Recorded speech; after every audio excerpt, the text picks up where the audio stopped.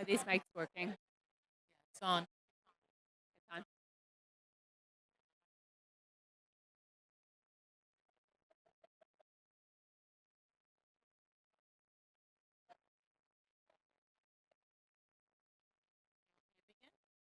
Good morning, everyone.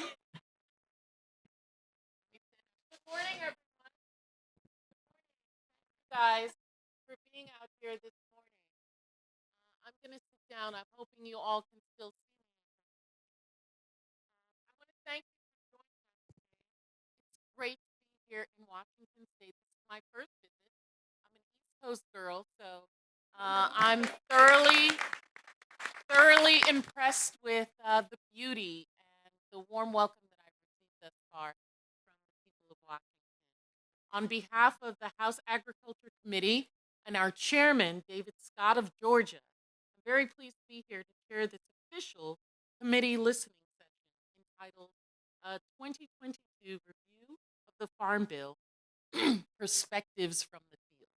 I want to thank my good friend and colleague, Congresswoman Kim Schreier, for hosting this event.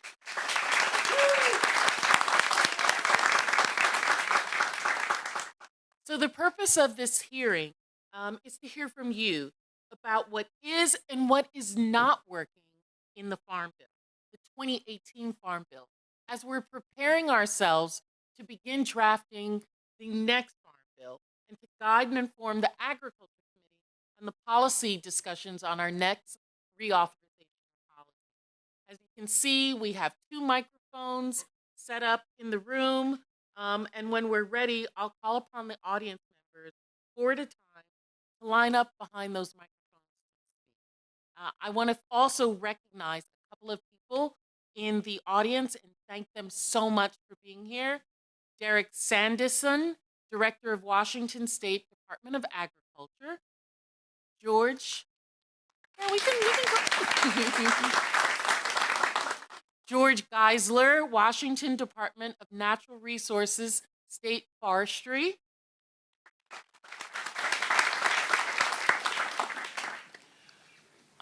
Roylene Comes at Night, Washington's Deputy Equal Opportunity Officer for USDA. And Ben Thiel, USDA Risk Management Agency, Spokane Regional Director.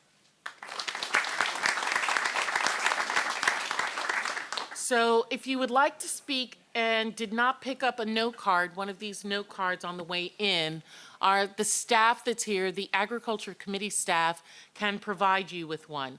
Please complete your note card and hand it back to the staff member as soon as possible. This will place you in the queue to offer public comment.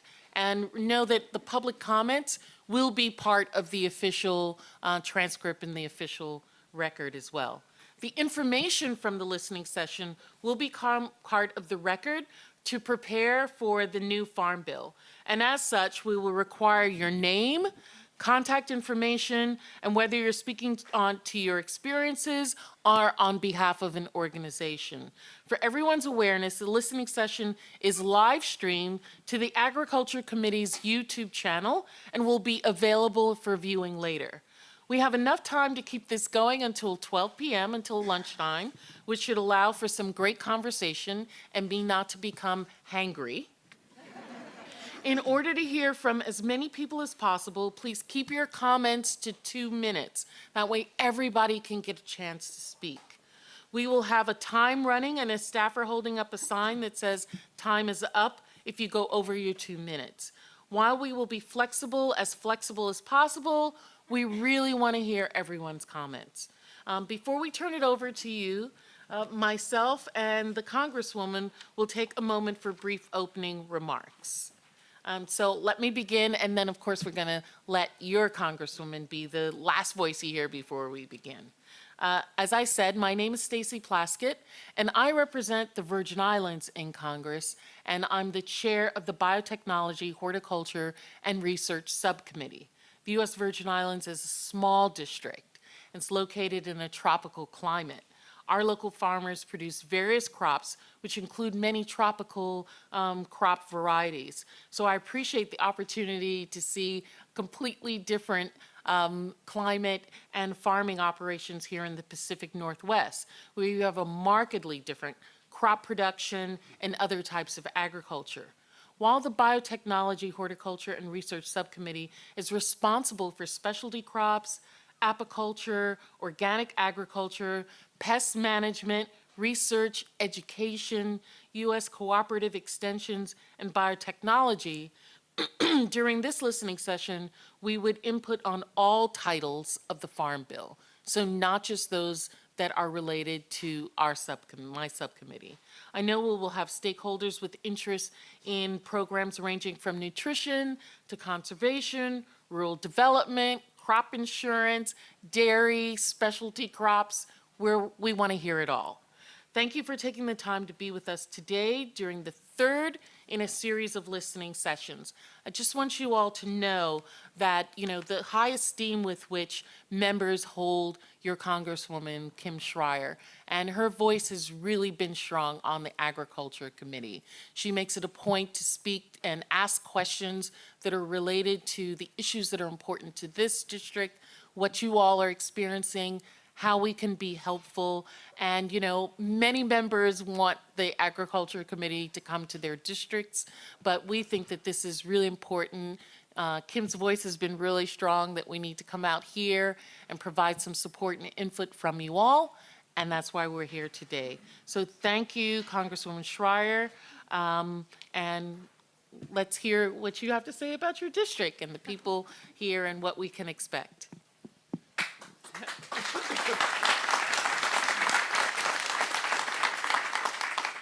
Okay, here's your little taste of Congress. Thank you, Madam Chair. Good morning, everyone, and welcome. It is so nice to see so many friends here today from all over the state.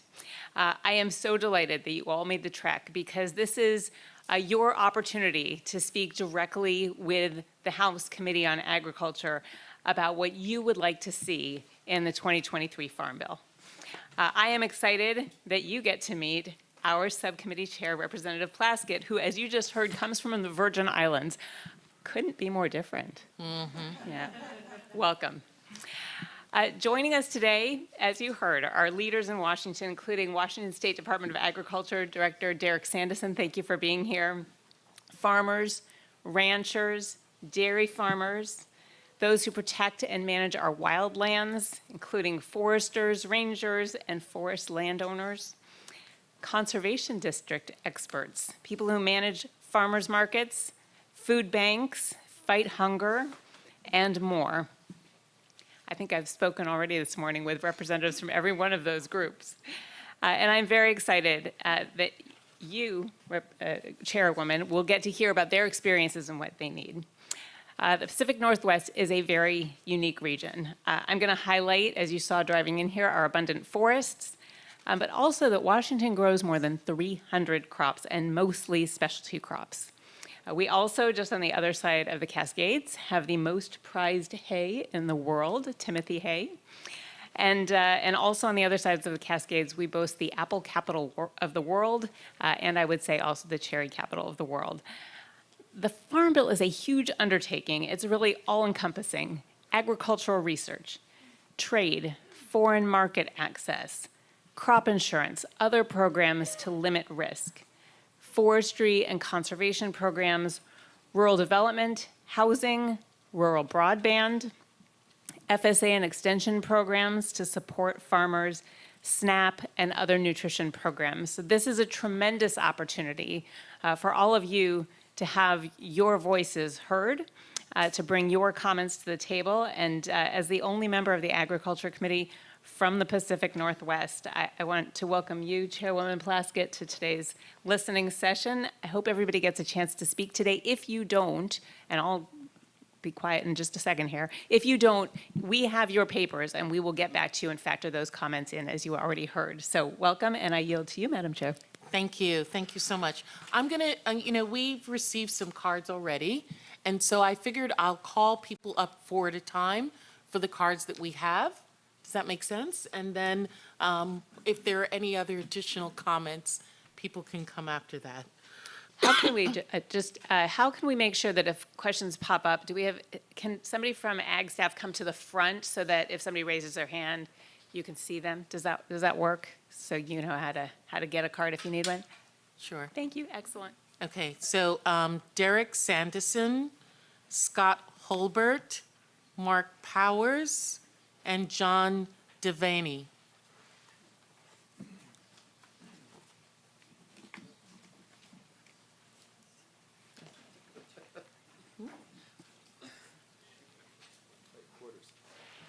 Good morning. Good morning. Yeah.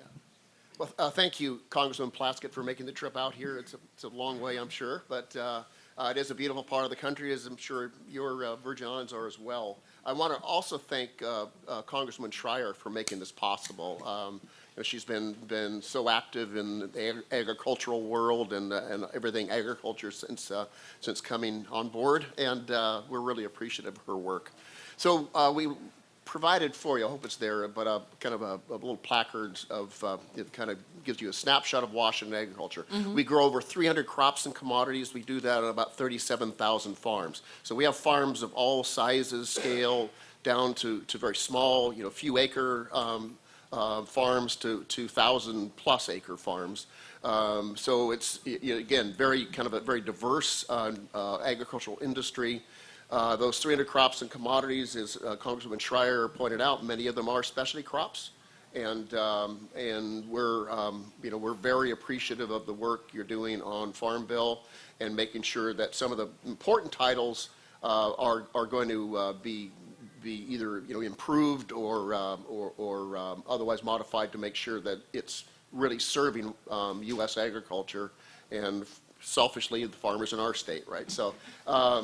So we have, as you'll see, Washington State University, our important research, a land-grant university. We have industry reps, food bank representatives. We have hunger advocates, community members that are here to provide more detailed information than I will. I'm just doing the overview here. But certainly we're a trade-dependent state. The trade title, market access program is extremely important. Conservation programs, CREP, in terms of providing wildlife habitat and protecting sensitive species, EQIP, more recently Public Law 566. We've got a major program in Central Washington, the Columbia Basin, that's receiving funding through that. Nutrition title, we learned in the pandemic that, man, we really needed the nutrition title, but we know now more about the importance of SNAP as a foundational element and how we can better move food assistance from within our own local communities. Research, I mentioned WSU.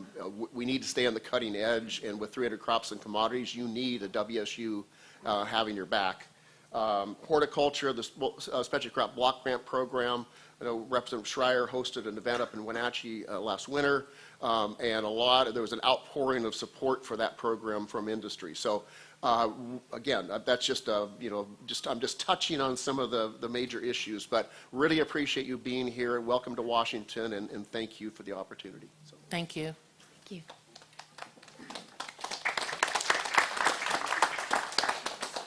Just keep going? Yep. Okay. I'd like to thank the Congresswoman for the opportunity to describe what some of WSU's Washington State University's priorities for the Farm Bill. I'm Scott Holbert. I'm the Associate Dean for Research for the College of Ag, Human, and Natural Resource Sciences, so I'm just representing the ag research at WSU. I'm just going to focus on two things today. One of them is federal funding programs that WSU competes for ag research to support the ag in the state and our stakeholders.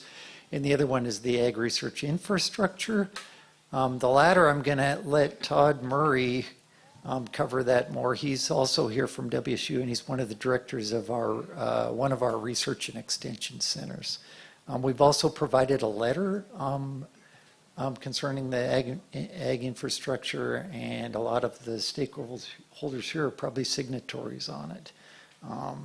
Are you guys saying it's good, it's bad, do you need more, We need less? We need ag infrastructure funding. Yeah.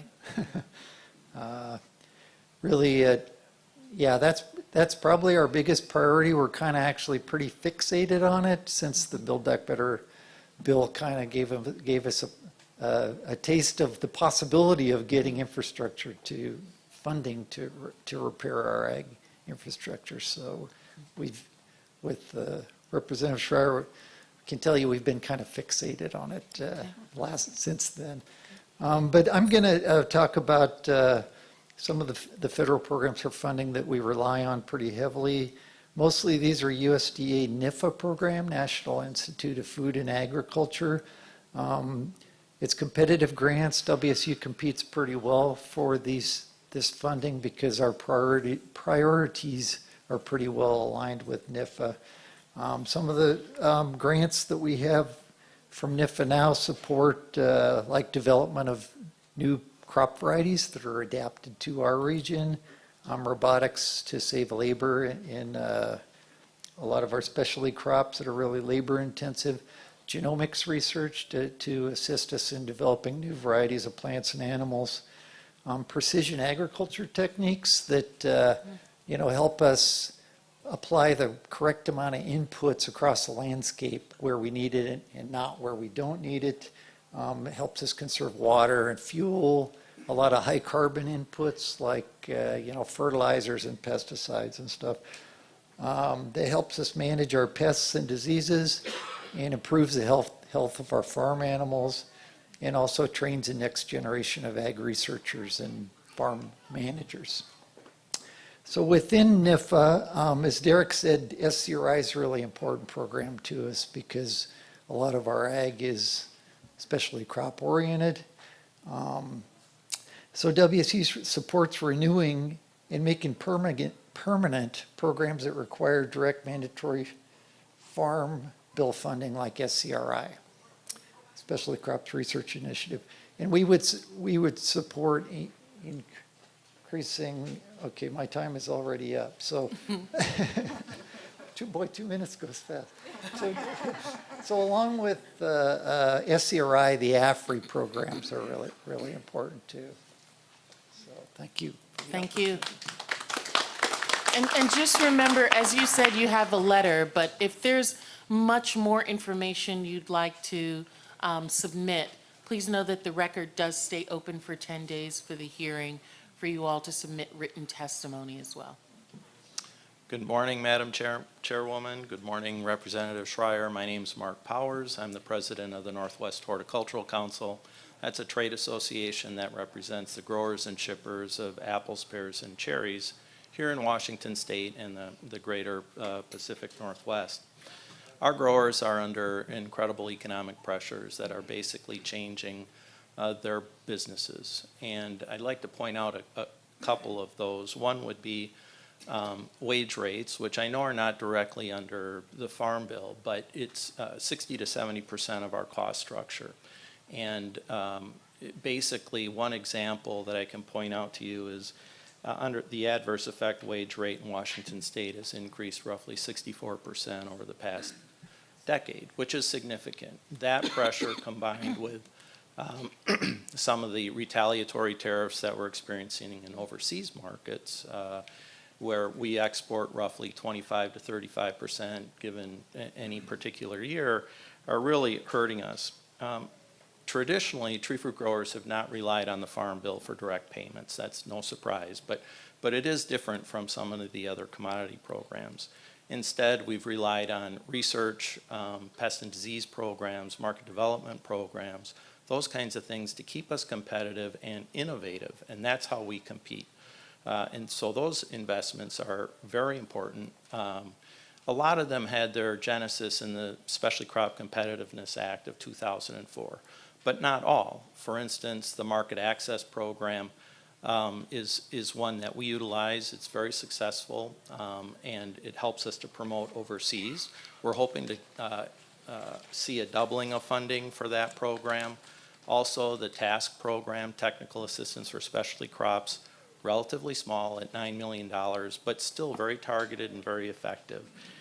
In addition, when we switch to the Title 10 and horticulture organics, our growers are all in on organics. 90% of the nation's organic apples are produced in Washington State, Having said that, there are some revisions or some reforms to the National Organic Program and the NOSB that are being contemplated. Some of those we support, some of those we do not. There's more detail in my written testimony. The plant pest and disease issue is also critically important. We have a epidemic here on little cherry disease that we're hoping to have. Congresswoman Schreier has already helped us with initially to get some funding there. That's causing all kinds of program problems. In conclusion, the Farm Bill programs are significant value to tree fruit growers here in Washington State. We urge the continued funding of those that I have mentioned and others, such as the Specialty Crop Research Initiative, Specialty Crop Block Grants, Whole Farm Crop Insurance, Tree Assistance Program, and others. Thank you for this opportunity. Thank you. Good morning. Thank you, Madam Chair and Representative Schreier. My name is John Devaney. I'm the president of the Washington State Tree Fruit Association based in Yakima. We represent the growers, packers, and marketers of apples, pears, cherries, and other tree fruits here in the state of Washington. Those crops taken together represent about 28% of the state's farm gate agricultural production value, so specialty but not minor. I'd like to start by thanking you and your colleagues in Congress for your past support of disaster assistance. We've had some extreme weather and other issues that agriculture is used to dealing with, but these have been some extreme events, and we really appreciate your help and support there.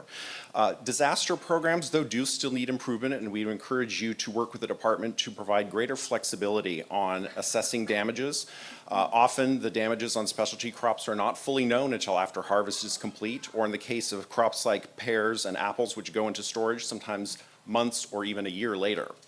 So we do encourage you to work with the department on that issue. While disaster assistance is largely reactive, we prefer to be out in front of solving problems ahead of time through scientific research and innovation.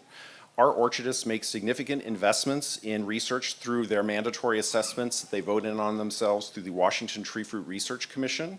Just this last year, we invested $4.5 million in research projects ranging from food safety to pest and disease control and response, and the development of new technologies, including labor-saving automation. The Specialty Crop Research Initiative in the Farm Bill has been extremely important in leveraging those grower-invested dollars to make sure that programs are effective and can be deployed quickly. We do ask that you maintain this program and that you restore the waiver of the 100% match requirement, which will allow emerging issues to be dealt with quickly before additional matching dollars can be located. At least as successful as the Specialty Crop Research Initiative has been the Specialty Crop Block Grant Program, which is both flexible and impactful in dealing with a variety of industry issues, whether that's research, training for growers and their employees, marketing of products and promotion, and pest and disease response. This program is already oversubscribed. The state of Washington had $16 million in applications last year for $4 million in funding. So we do ask that you maintain that and extend that program, but not expand the definition of specialty crops to further dilute the limited sources of funds that are already available. Finally, as Mark Powers mentioned, farm labor is the single largest variable cost for orchardists in our state, as well as being increasingly difficult to secure. It's hard to attract and retain those folks. Labor challenges alone are forcing many growers out of business. Our industry is prioritizing automation and labor-saving technologies, and we encourage you to work with USDA to prioritize and expedite research projects in technology deployment. I provided some additional information in my written comments, and again, thank you very much for the opportunity to speak with you today. May I ask you a question? Of course, Madam Chair. When you talk about labor challenges, can you describe some more what some of those challenges Yes, are? we require a large labor pool of short-term seasonal workers to harvest fruit crops, which if you are sometimes as much as or as little as a day late of your target harvest date, the crop's quality suffers, or you may not even have a marketable crop.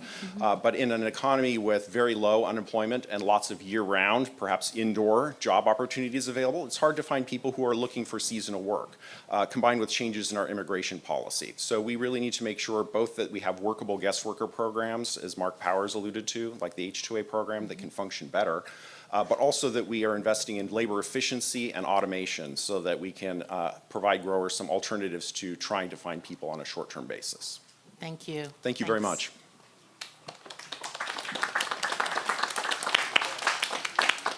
While we call up the next four people, I've been asked to have no applause between so we can get to as many people as possible. Oh. Okay, Stacy Ornich or Kronich, can't tell from this. Jim Wilcox, Jeremy Visor, and Ryan Mensonides.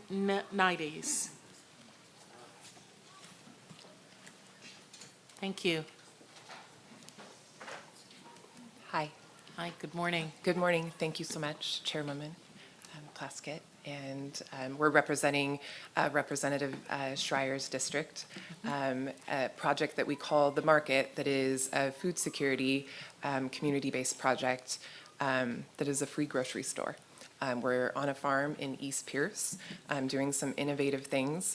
And I could tell you a lot about some of the funding streams that have been made available to us to connect us deeply to agriculture and the farmers in our area. But I think it would be better if I told you who that was impacting and what that looked like. So in June of 2020, a farmer's market truck pulled up, Tacoma Farmers Market, through a program mobilized through Pierce County Economic Development called Fresh Express. And I remember when the doors opened of that truck and I looked inside and saw all the fresh produce, a seed was planted. And I thought, this is how this should always be. This is how the story should have always been. And when I took the raspberries and the blackberries and the blueberries out of the truck, I went immediately to a customer and showed them to her. And she cried. And I thought, I can't unknow this. Her access to those, it did not exist. And she said, you mean I can have all? And I said, of course. And then the next week when I saw her, she brought me the jam that she made. And we had a conversation about food that changed the narrative and the entire landscape and my perspective on what we were doing in food security forever. I can't unknow that. We were talking about food, not about the lack of, but a universal language that all of us speak.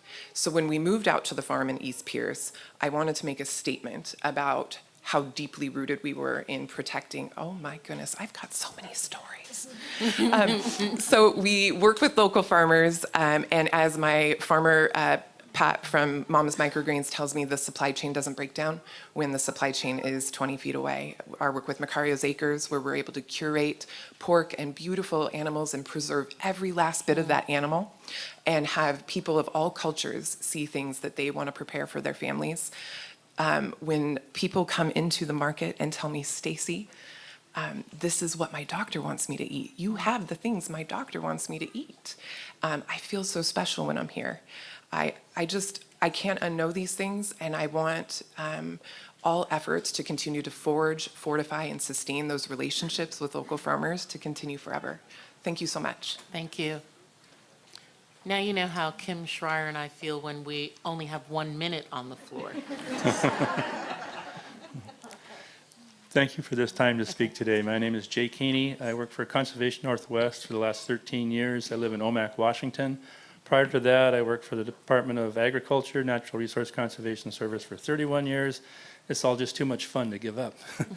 I'm here to talk today about what the 2018 Farm Bill did that affects CRP, and particularly safe acres in Douglas County. I've been working with ranchers and farmers both careers, and this really could have a negative effect starting in 2023.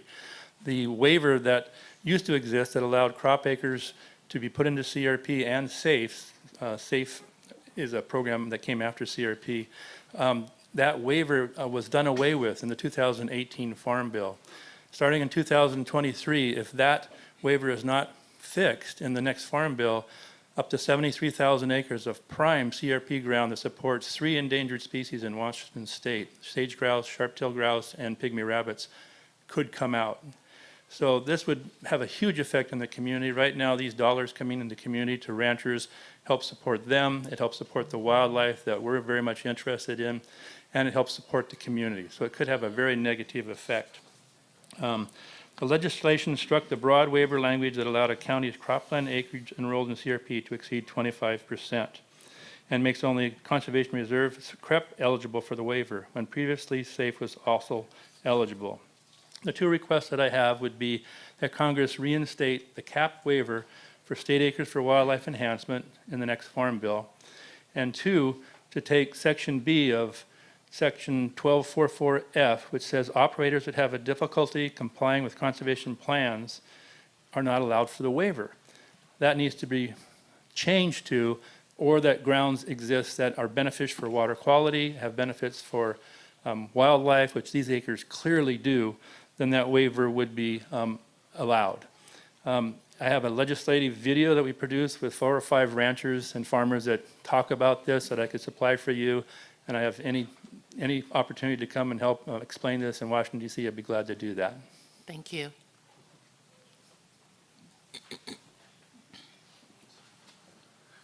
Good morning. Good morning. Thank you very much, Chairperson Plaskett, and you, Congresswoman Schreier, for being here. And Congresswoman Schreier, I want to publicly thank you for all the help you've given us in the past. I'm Jim Wilcox from Wilcox Family Farm.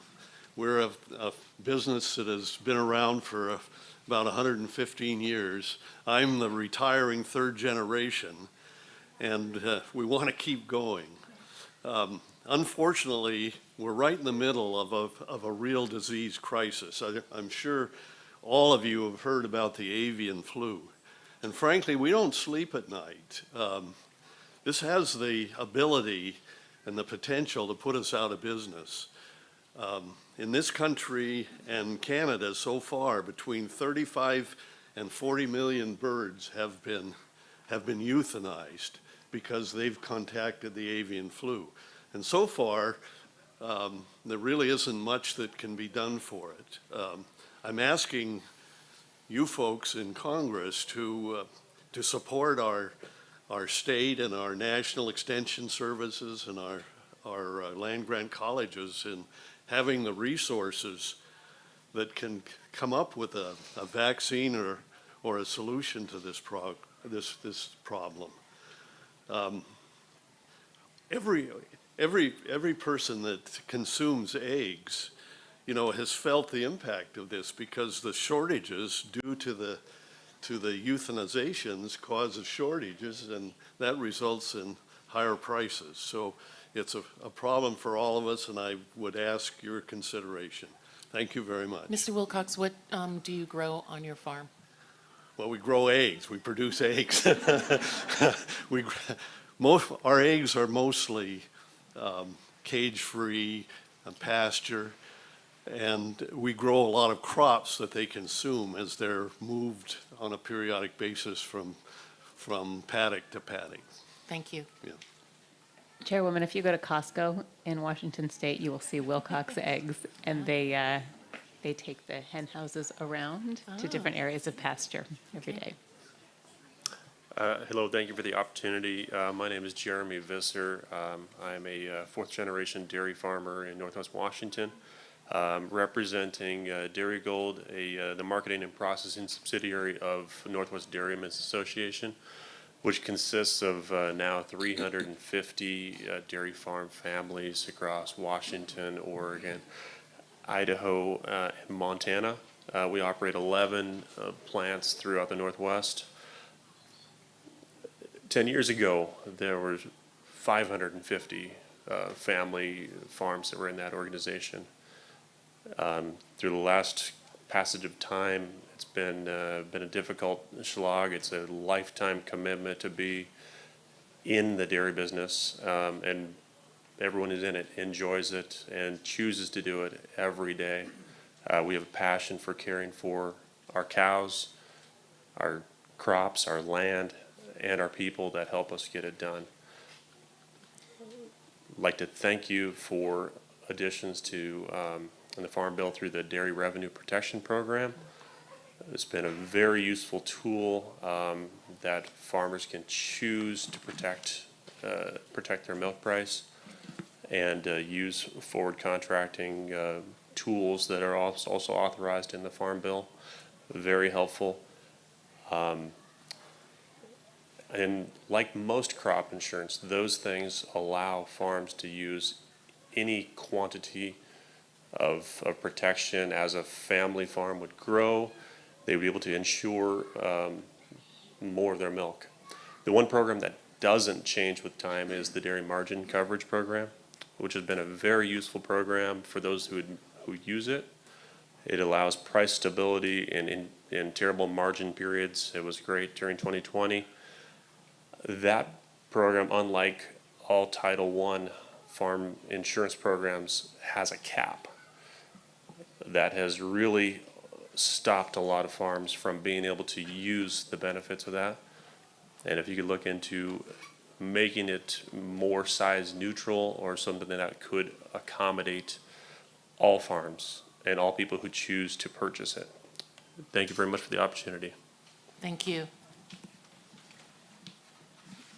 Good morning. Thank you guys for the time, letting us come up and speak. My name's Ryan Mansonidis. My wife Haley and I own and operate an organic dairy farm in Enumclaw, Washington, about an hour away. We are the poster children for new farming programs. We got an FSA loan to start our farm, buy cows, and to buy our farm. We have spent almost $500,000 through the EQIP program to improve our nutrient management programs with the farm that was old and outdated. We are starting a creamery here. We just received a rural development grant for some of the infrastructure so that we can provide local products to our local community. We are also recipients of the value added producer grant that we'll use once we start going. So literally any place that we can try to take advantage to get going. We are an anomaly. I come from a long line of dairy farmers, but my wife and I started from scratch, which is really weird in the dairy industry. You can ask anybody in it.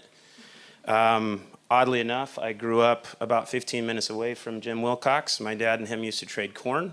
When somebody didn't get corn, they would bring truckloads back and forth. And I know Jeremy very well because at a time I was with Dairy Gold as well. We are also members of Organic Valley. A couple of things before she gives me the 30-second deal. The margin protection or the revenue protection program for dairy does not have anything for organic. And that's frustrating because for us, then it's not a useful tool because it's basically just like going down to the casino and gambling because it doesn't really affect any of our margins. So right now, the conventional dairy market's doing very well and organic is getting crushed because our cost of inputs are through the roof and our price hasn't changed. So I would love to have something looked at for that. I would love for the FSA programs that we are benefits of to increase their levels because the dollar amounts for purchasing farms aren't keeping up with the dollar amounts of actual retail and real estate. The other thing is in infrastructure, we're building a processing plant so that we can actually produce local and sell local. There's nothing in any of these programs to buy equipment. And equipment is going to be 70 to 80% of our cost. So if you guys could look into something like that, that would be very helpful. Thank you for the time. May I ask a question? You can ask lots. I got all kinds of answers. One of the things that we've spent quite a bit of time on the committee is how to bring new farmers in.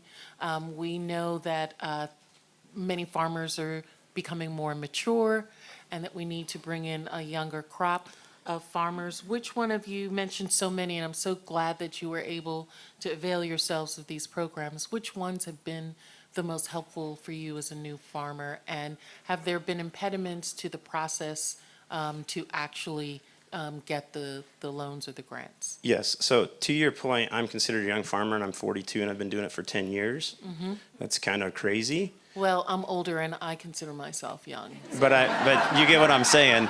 I think the average age of the dairy farmer is like 69. So right. it is, to your point, you are correct. We have an issue. Mm-hmm. In Washington in general, land values are through the roof. It doesn't matter if you're on this side of the state or the other side. That is an impediment. What has been an impediment for us in the program, we're actually trying to work through the SBA right now. I know that's not specific to agriculture, but SBA is run through financial institutions. Yeah. And I'm in the middle of that process right now, and it's been a year-long process. Mm-hmm. Those funds are very hard to access, and it's very hard to get that through them, through the SBA right now.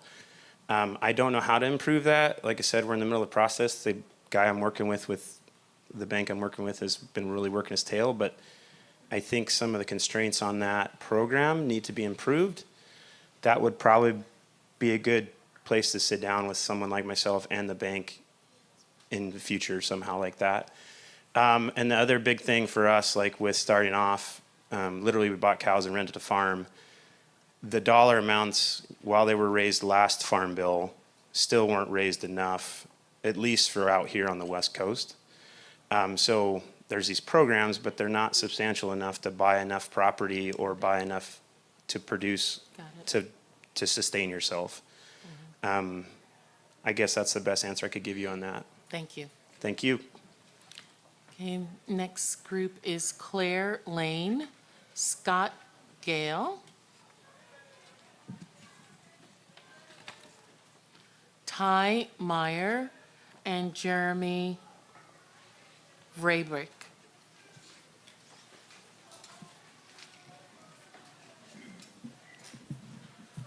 All right, I'm Shrimpy. Hello and welcome to Washington State, and thank you so much, especially to Representative Schreier. My name is Claire Lane, and I'm director of our statewide Anti-Hunger and Nutrition Coalition.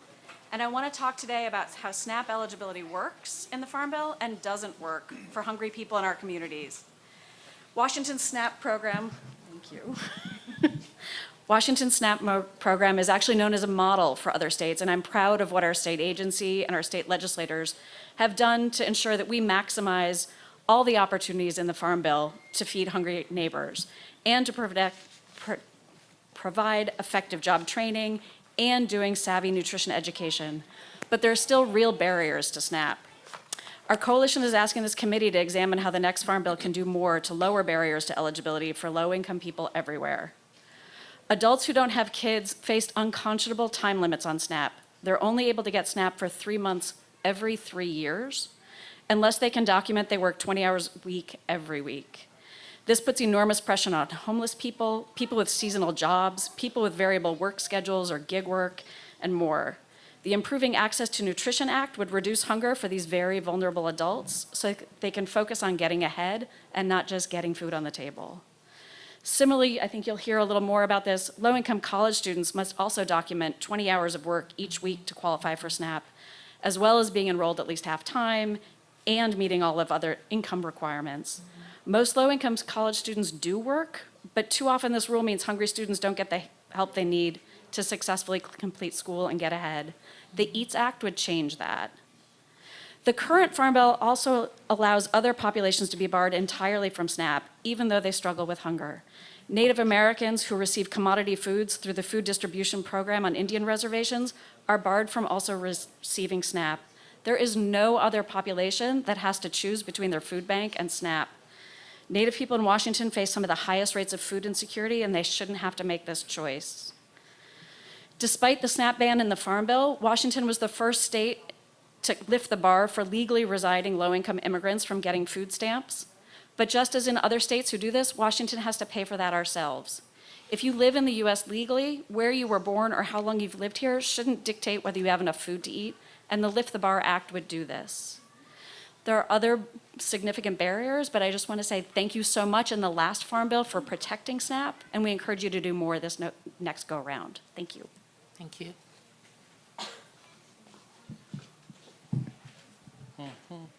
Hello. We can make this go up. My name is Scott Gale. I'm the Biofarming Manager from the Spokane Conservation District. I was asked to come here and speak on behalf of the biofarming program, which is kind of interesting. I do 2-day talks, and I'm more nervous here than I am when doing my 2-day talks. Following are some comments we had from a recent farming podcast. Don't get into farming, we can't make a living, move to town, it's all negative. Are we actually looking for solutions? Then in the same sentence, we say, why don't the young people come back to the farm? Why doesn't anybody come back to farming? Why do we need a farm bill if there are no farms? What do we want? Any and all of you in the ag industry, what do you want? Do you want people to farm? Do you want to save the farm? Why would kids come back and farm if all we do is complain and tell them how hard it is? But there's a group of us, and we're looking for solutions. We want to save our small town communities. They have hospitals, schools, they have homes, they have infrastructure, and we're abandoning them at record rates. We knew it was going to be hard, and hard times aren't coming, they are already here. We were running on razor-thin margins, so what did we do? We started the Biofarming Group, a group of like-minded individuals, all with a common goal and tenets. How do we cut chemical use by 50%? And we've done it on trials. How can we farm a different way? What is that way? We're developing an entirely different farming system, and the roadblocks are monumental. Today we have two groups, 26 members. We own or lease 150,000 acres that we directly control every input that goes into it. We've spent well over $250,000 of our own money on regenerative trials. Why? Because the current system is broken. Our soil health is an indicator of our nation's health, and it has fallen apart. We are the sickest, most medicated first world country on the planet. What can we do? What can our group do? We can steward the soil. What is our telos, our meaning of life? I believe, like Marcus Aurelius, it is to live in accord with nature. But we need help. That's where you guys come in. We thought we could just cut things out, chems and fertilizers, but the system, the soil is so broken it can't take it. We actually need to put more into the system to grow healthy plants, and those healthy plants will fix our soil. We need you to come to our Farm and Food Symposium, November 9th and 10th in Spokane, where we unpack what we did this year, the successes, the failures, and what we're going to do next year. We need you to help us with carbon-based products that will help us transition to regenerative practices. Come join us. Thank you very much. Thank you. Anytime you put Marcus Aurelius and the Ag Committee together, you got me. George Greisler. Oh, sorry, one more. Yep, Yes. no problem. Thank you very Thank you. much for hosting this hearing. My name is Ty Meyer, and I'm the production ag manager for the Spokane Conservation District, so we appreciate the opportunity to be here. We've been working with farmers for 20 years focused on direct seed and no-till farming, and that's been a big part of our programs over the years, working on conservation. As Scott said, we've established a regenerative ag program in 2019, and the farmers are really working to solve challenges with their soil and plant health on their farms. As a conservation district employee, I've seen the benefits of investing in soil health and regenerative agriculture. The producers we are working with have seen promising results and some failures throughout the last 3 years, but the benefits of making those changes are clear. They've seen the ability of their system to manage climate changes better than in the past. They've been able to reduce input costs and increase profitability. They have become believers in the need to produce high-quality, nutrient-dense food for society.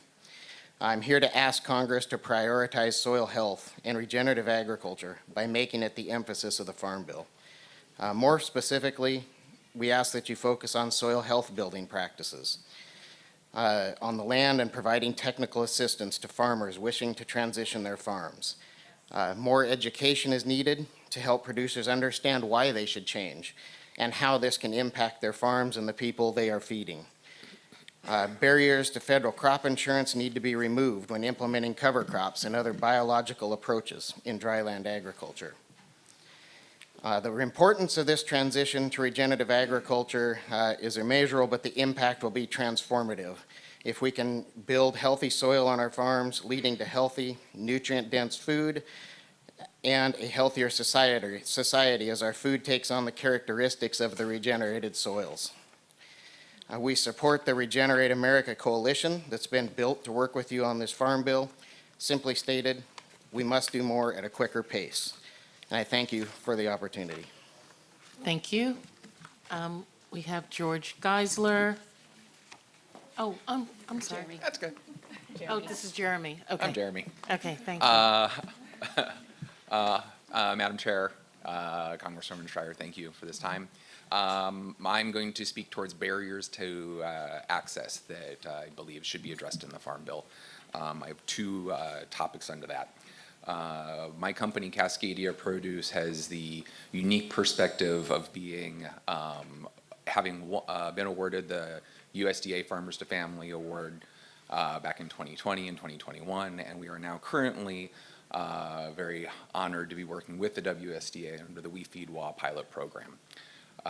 What we have learned from the transition from a federal program into a state program is that while the federal program worked out very well for some, it was really focused more towards larger farms. And with the We Feed WA program, what we found is that directing funding to the state to be able to use those funds with the farms that they know through either aggregators or directly to those farms allows farms like Sky Island Farms, Bill Thorne, who made a delivery to our warehouse yesterday and thanked us because he was going to throw in the towel and we were about to lose another farm. And because of the payments that came from the state program, he's continuing to farming and we're continuing to purchase produce from him. We have a number of small women-owned BIPOC farms that we work with that we're able to redirect this federal funding through the state to them to encourage these farms to continue to do what they do. The second barrier to access is a little more technical, although it definitely drives into a barrier as well, which is the single audit requirement of receiving more than $750,000 in federal funding at a time. If you reach that threshold, you then have to hire an auditing company to go through and look at your books, and it can cost $20,000 to $30,000 to $40,000 to do it. And for a small organization to do that, it's a significant dollar amount for sure. The OMB at one time did waive the requirement. Under the Farmers to Family program, that requirement was waived for all of us as award holders. And so I believe that through discussions with the OMB and entering it into the Farm Bill, having a waiver for small BIPOC, women-owned, socially disadvantaged farms and producers to not have to go through the single audit would benefit them greatly. Thank you. Thank you. Hey, George Geisler, Marie Green, Chris Voigt, and Brittany Meckin. Or Miker. Can't read that.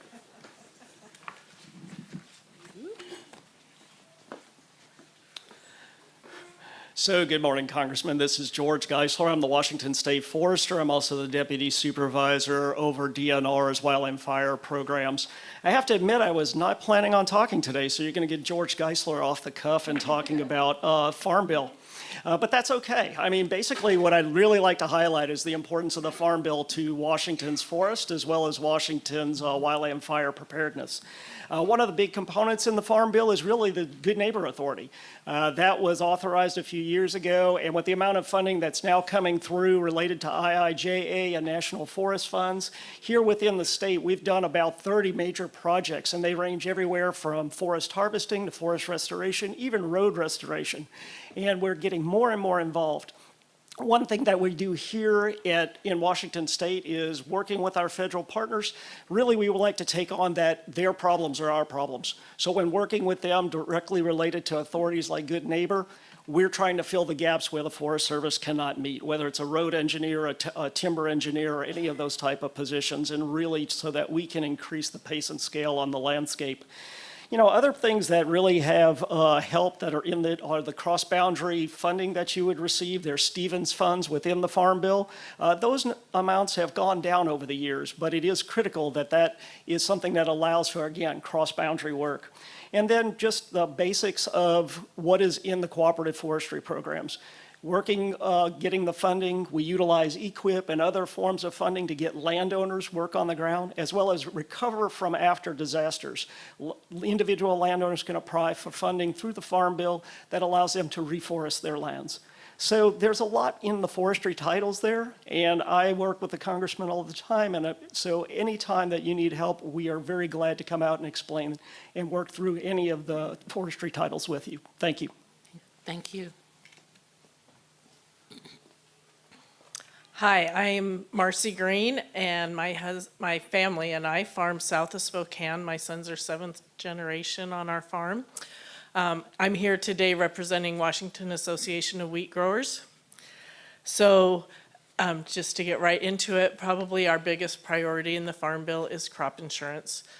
Last year we had major drought, throughout the whole state in 2021, and our yields were cut by 2/3 to a half across the state. Crop insurance keeps us in business for another year. So we would support enhancing any crop insurance programs. Also the Title I programs, ARC and PLC, those are all part of our safety net, and we utilize those. Biggest change we would ask for there would be an increase in the reference price. The $5.50 per bushel reference price for wheat isn't even close to break even. The last number I heard, our break even is closer to $7, but I also know in the last year, our input costs have doubled and tripled. So I'm sure our break even is probably higher than that at this point. Also conservation programs. We support voluntary crop or conservation programs. So anything that can be done to enhance those is good. And they need to have a wide range of options because not every situation and every farm can utilize the same practices. And then also trade is very important to us. So we're the MAP and FMD funding, we'd like to see an increase there. So I think those pretty much cover my main topics, and my time is up, but thank you very much for inviting us.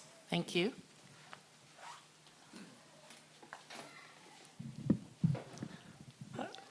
Chair Plaskett, Representative Schreier, thank you so much. My name is Chris Voigt. I'm the Executive Director of the Washington State Potato Commission, representing the 250 potato farmers that we have in the state, the family farms. You asked what was working and what's not working. Let me simplify it for you. On a potatoes perspective, the TASK program is working. Let's keep that. We've been trying to get fresh potato access to Mexico for the last 25 years. If it was not for the TASK program, the technical assistance that funding provided, as well as the legal assistance that we needed to get through the Mexican Supreme Court, our potatoes would not have gotten there, but we now have access to Mexico because of the TASK program. The MAP program is also working, but it hasn't been increased in over 15 years, and so we're asking for an increase to $400 million for the market access program. What also I'm sorry, is an increase of how much? $400 million.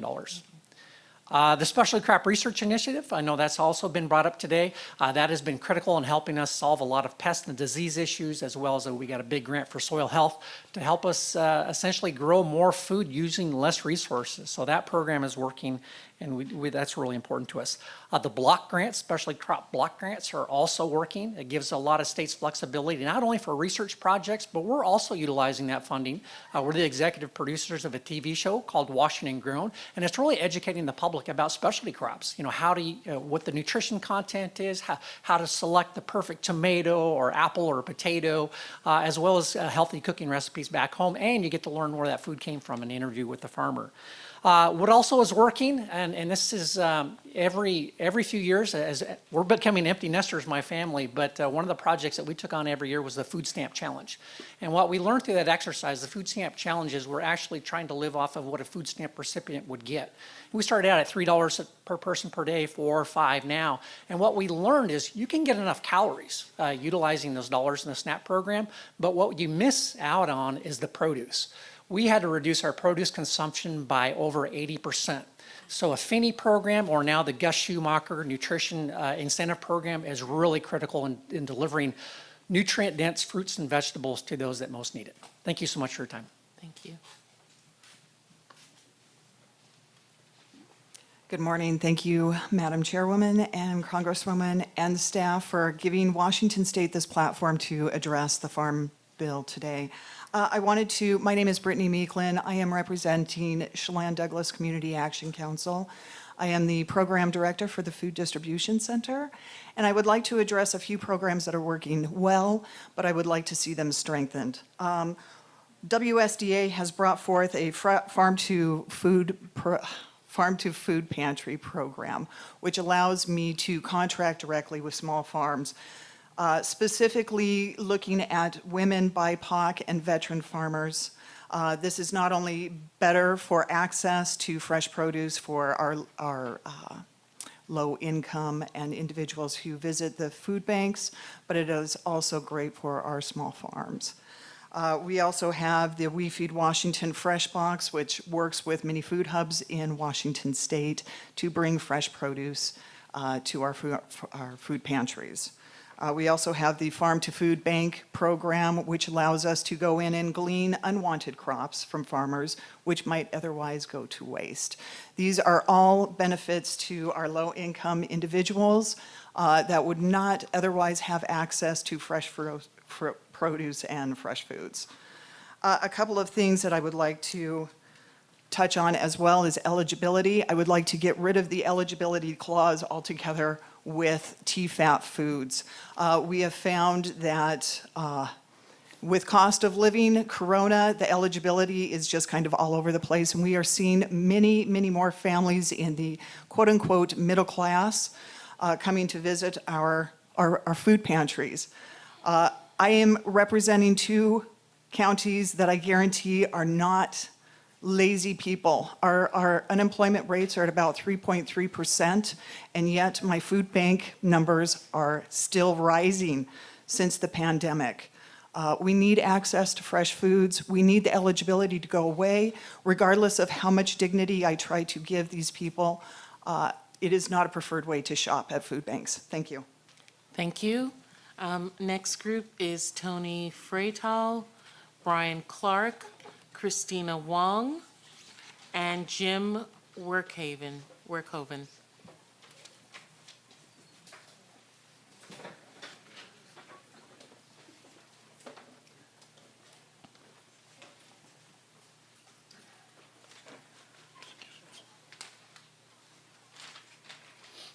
Tony, Brian Clark, Christina Wong, and Jim Workhoven. Great, thank you. Thank you, Madam Chair. We welcome you to the Northwest, where as nice and cool and beautiful as it is here today, you can go about an hour and a half over that hill, the Cascade Mountains, and it'll probably be close to 100 today. So that's where we grow the apples. About 22 years ago, and Congresswoman Schreier, thank you again for setting this up today and your staff. 22 years ago, we started a company in Cashmere, Washington called Crunch Pack Sliced Apples. Today we produce millions of slices every day, so we're in strong support of the apple growers that are here, any of the fruit producers. But I'm really speaking here today on behalf of support of the SNAP program. It's very, very important that that program continue. Partially for the reason is that in recent studies, over close to 30% of the basket that is purchased by families or purchasing fruits and vegetables is done through the SNAP or other supportive programs for families. This is probably the only way they can afford to buy the produce that has gone up, produce and vegetables that has gone up over the last years, just due to all the reasons that we're well aware of. So any support, any additional support, anything that can be done, we strongly, strongly encourage it. Lastly, the crop insurance program is very important this year. This crop will be coming off the trees in August and September and through the fall. Has had tremendous damage due to the heat from last year, hailstorms and various storms this last year. So thank you very much for letting me speak today. Thank you.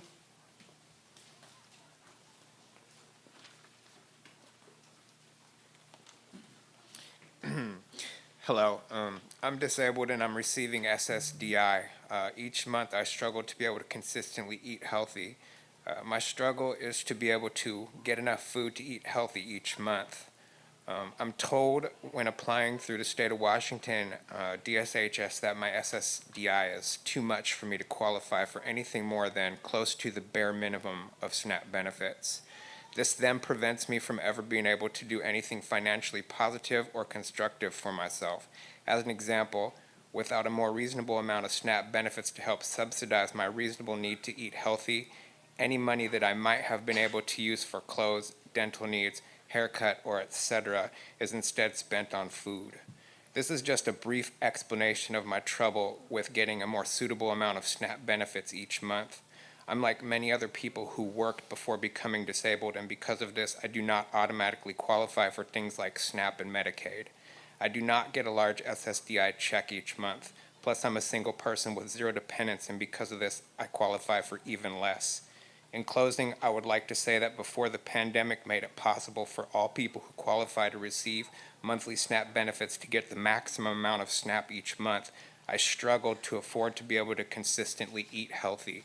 Unfortunately, with the monthly SNAP benefit amount of about $30, my affordable options are limited and I'm unable to eat healthy at all times. So I'm speaking today to request the 2023 Farm Bill to make changes that will increase SNAP benefits to a more adequate amount so that disabled and low-income people can eat more nutritious and healthy foods, especially with current increasing food costs. Thank you. Thank you.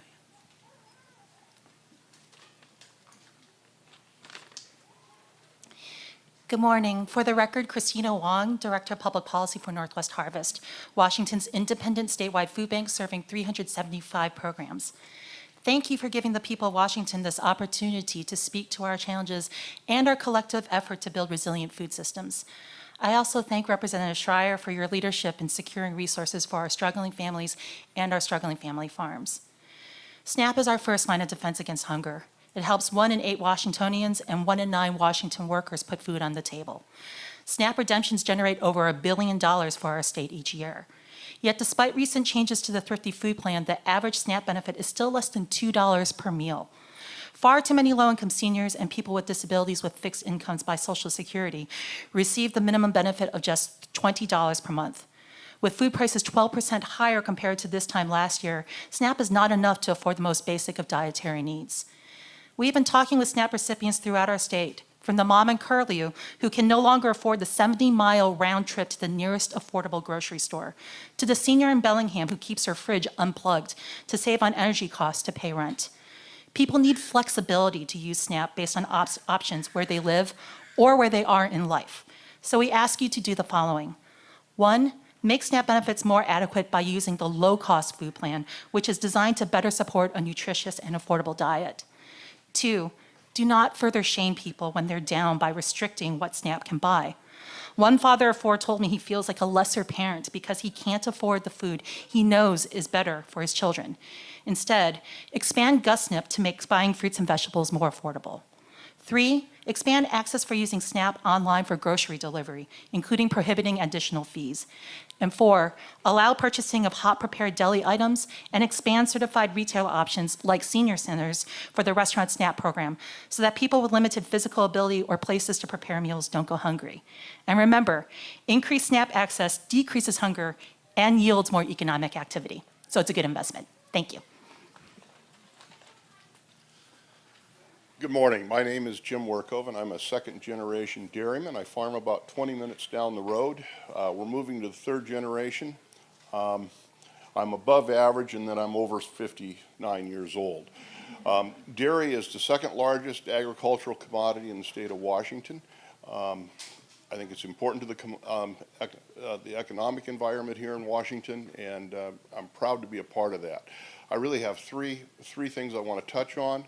The dairy production program is a great improvement over what we've had in the past, but I will tell you in Washington State and in the West in general, the size limitations are really problematic. Oftentimes covers only a small fraction of our production. And would be far more useful if it was higher. Talking about market, the market access program in dairy in this state, about 70% of the milk we produce moves out of this region. Over half of it, or about half of it, moves overseas. And that is just critical to us. I'd love to see more funding involved into that. And it's a big part of our ability to stay in business, to move product overseas. And lastly, I would really like to have robust funding for the SNAP program. I think right now in this time of pandemic and high inflation and high food inflation, it's just critical that have robust funding. And, you know, it's important for these families to get nutrient-dense food. And so with that, thank you for the opportunity. Thank you.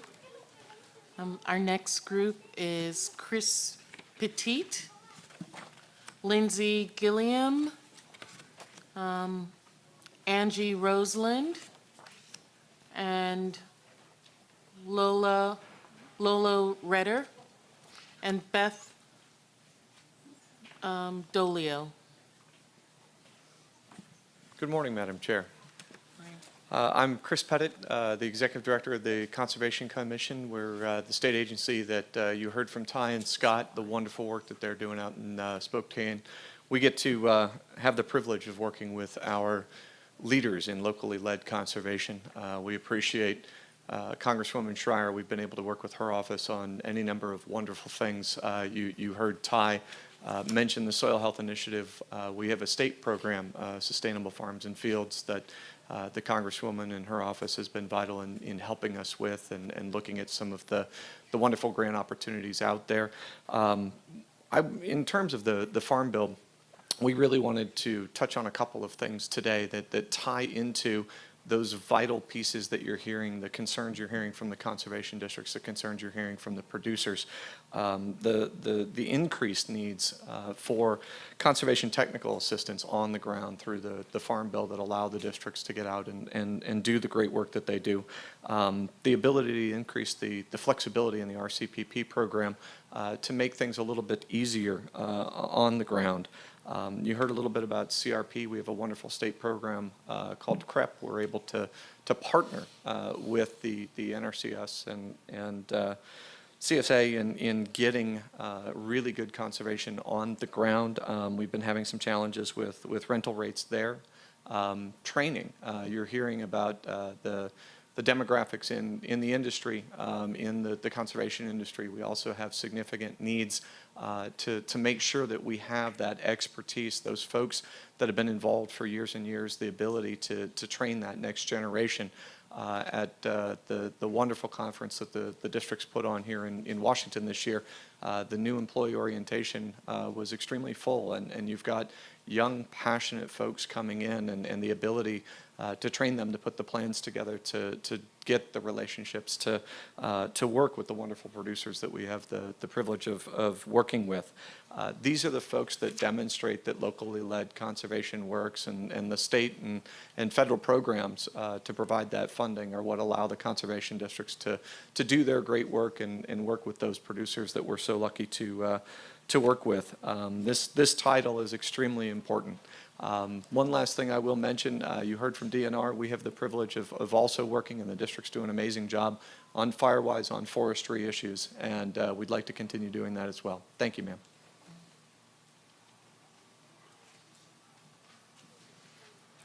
Hello. Hello, Chairwoman Plaskett and Congresswoman Schreier. My name is Lindsay Gilliam. I'm the Executive Director of the Carnation Farmers Market, so we're your local farmers market here in this vital agricultural production region. Welcome to our beautiful, fertile valley. Thank you for this opportunity. I'd like to thank you for your support of farmers markets and specifically for your support of the critical programs such as the Supplemental Nutrition Assistance Program, SNAP, matching funds programs funded by GusNIP, and Senior Farmers Market Nutrition Program, SFMMP. I urge you to include these priorities in the 2023 Farm Bill. These farmers market programs directly increase the number of consumer dollars spent with our farmers while providing direct access to healthy food for food insecure households. Farmers markets in these programs increase the consumption of locally produced food, which increases farmers' ability to produce more food. These programs create inclusive environments in diverse communities, bringing services to at-need populations in a stigma-free environment. By continuing to support farmers markets and vital programs such as SNAP and SFMMP, the Congressional House Agriculture Committee continues to support, preserve, and grow thriving farms. The first household to utilize our SNAP program was a hardworking, vibrant, food-insecure family that came to market weekly, buying what they could, and cheering us along as we challenged our organization's capacity in order to implement these critical programs and services. They return week after week, along with many other households, to participate in direct access to locally grown food. Farmers markets and programs like SNAP, SFMMP, increase the stability of our nation's farms. Thank you for this opportunity to speak with you today. Thank you.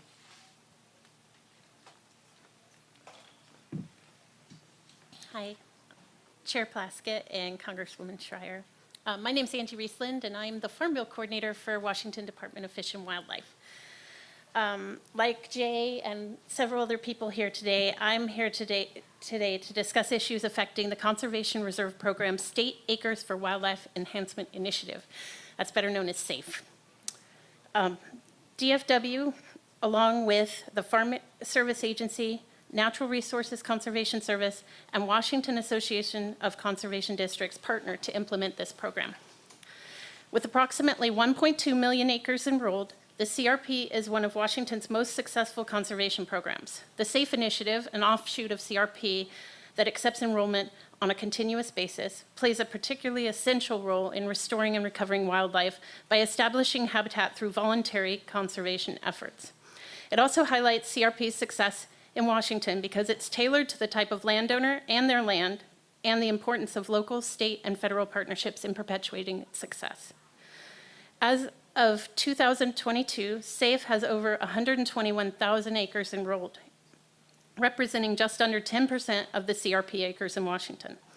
SAFE is particularly important in Douglas County, home of the last concentration of 500 greater sage grouse and core sharp-tailed grouse populations on mostly private working lands.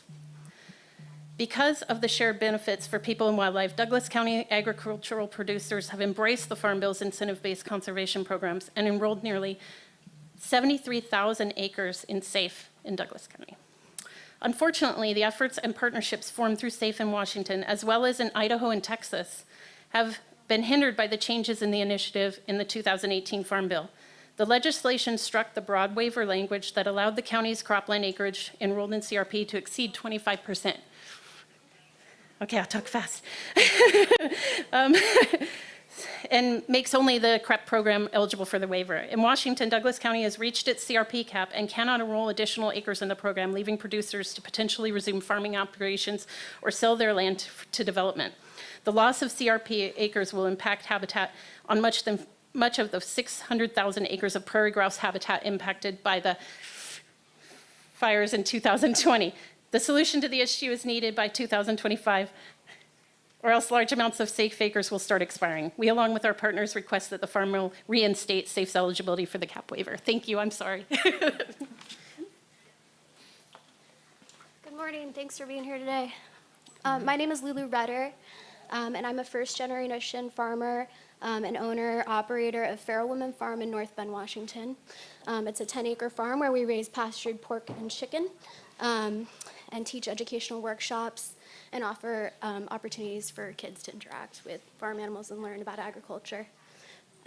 This is Rosie. She is a second-generation farmer and my PR manager. So as a livestock farmer, access to state and USDA licensed processing facilities is essential to my ability to sell my products and the survival of my business. And also that of many other small-scale farmers in the region. We have a lot of little farmers around here. In the past few years, we've seen a couple regional USDA processing projects start and not yet reach the point of completion where they can serve customers. We've also, during this time, seen several state licensed processing facilities either have to close, move, or not make it as a business. And this is dangerous and a debilitating situation for a lot of small farmers who raise meat products. With the fallout of COVID-19, this has exposed some huge gaps in our commercial meat processing systems. And our customers are demanding more locally produced meats than ever before. Our meat products need to be processed through local state licensed facilities, and these facilities have not been able to keep up with the demand of many of our local farmers, leaving us scrambling to process our livestock and needing to make appointments for butcher services as far as a year and a half in advance, sometimes before our livestock are even born.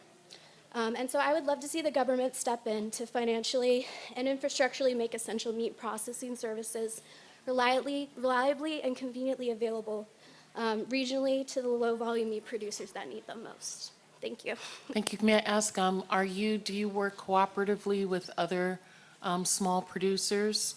And how do you try and create the logistics for the meat processing?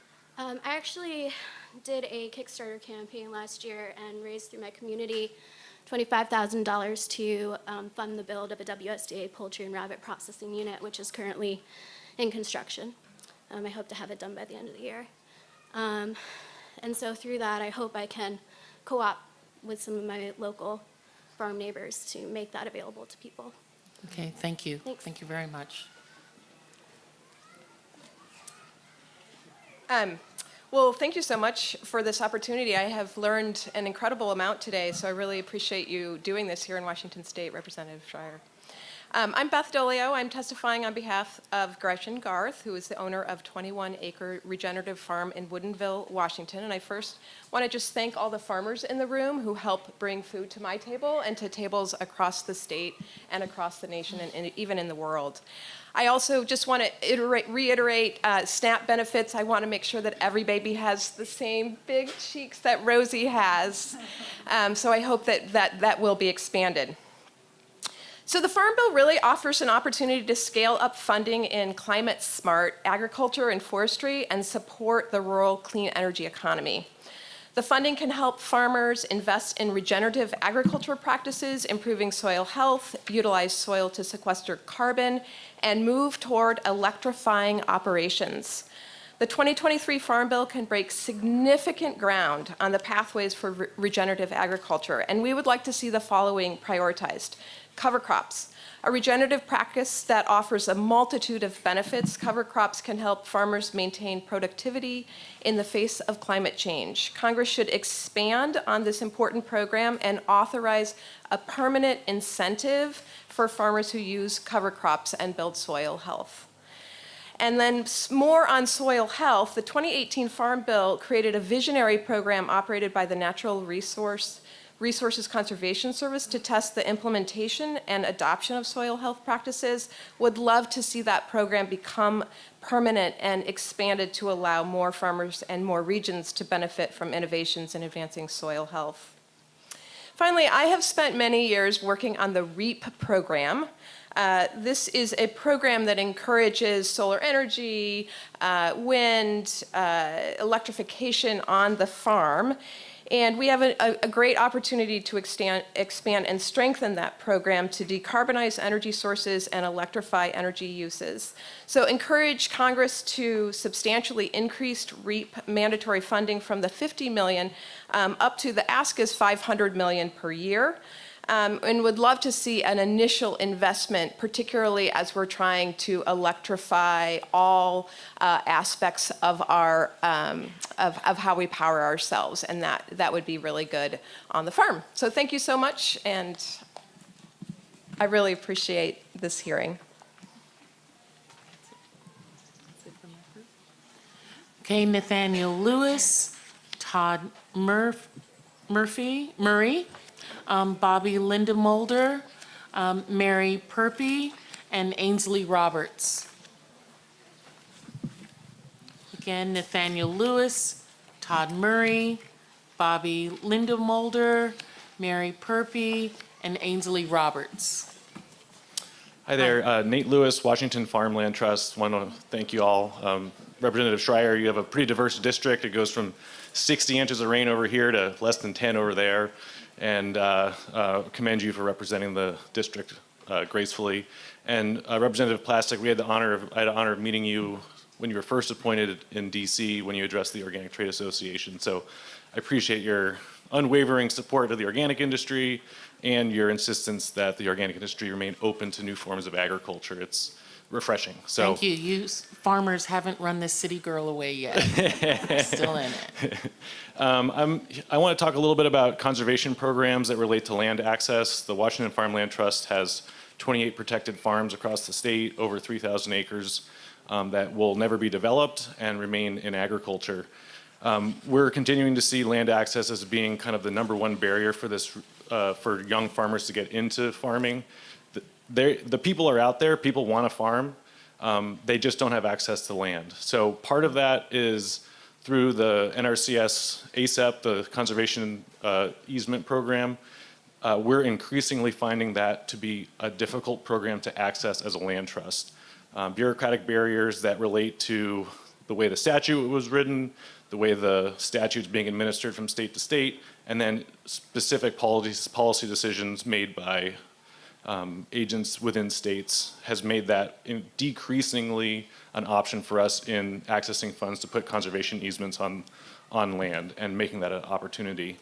Another part of our shop at the Land Trust is our Farm to Farmer program, where we both link aspiring farmers with possible land, as well as provide those folks with resources. FSA continues to be kind of the well to draw from for these farm purchase loans, but they're increasingly becoming hard to access for young and aspiring farmers. The part of the reason is I know there's a tension on historically underserved communities. Well, if you've been historically underserved, it's hard to access the programs that require a track record with the USDA. So we're kind of in a pickle in that situation, and I think it's important in this next Farm Bill to look at where those internal conflicts exist so that these programs can actually become available and effective for these aspiring farmers who really just want a loan to go buy a farm and bring food to the market. So I think really what we were looking for is just a deep review of these particular programs, look where those conflicts are, find solutions. And like I said, some of them require law changes, some of them require policy issuances, some of them just require a little bit more training for agents at the delivery scale. So with that, I'll take any questions you may have and appreciate your time. Thanks, Nate. Good morning. I wanted to thank you, Chair Pulaski and Congresswoman Schreier, for hosting this and giving us the opportunity to talk about the reauthorization of the Farm Bill. I also wanted to thank you for your continued support to the land grant systems and the Research and Extension Center specifically. My name is Todd Murray. I'm the director of the WSU Puyallup Research and Extension Center, and I'm here representing the 4 other research and extension centers in the state, so Mount Vernon, Puyallup, Prosser, and Wenatchee. I'm here to really encourage your continued support for infrastructure specifically on 2 aspects. Our deferred maintenance is significant and critical right now. We're at a point of no return for a lot of our infrastructure. And it really inhibits our ability to modernize.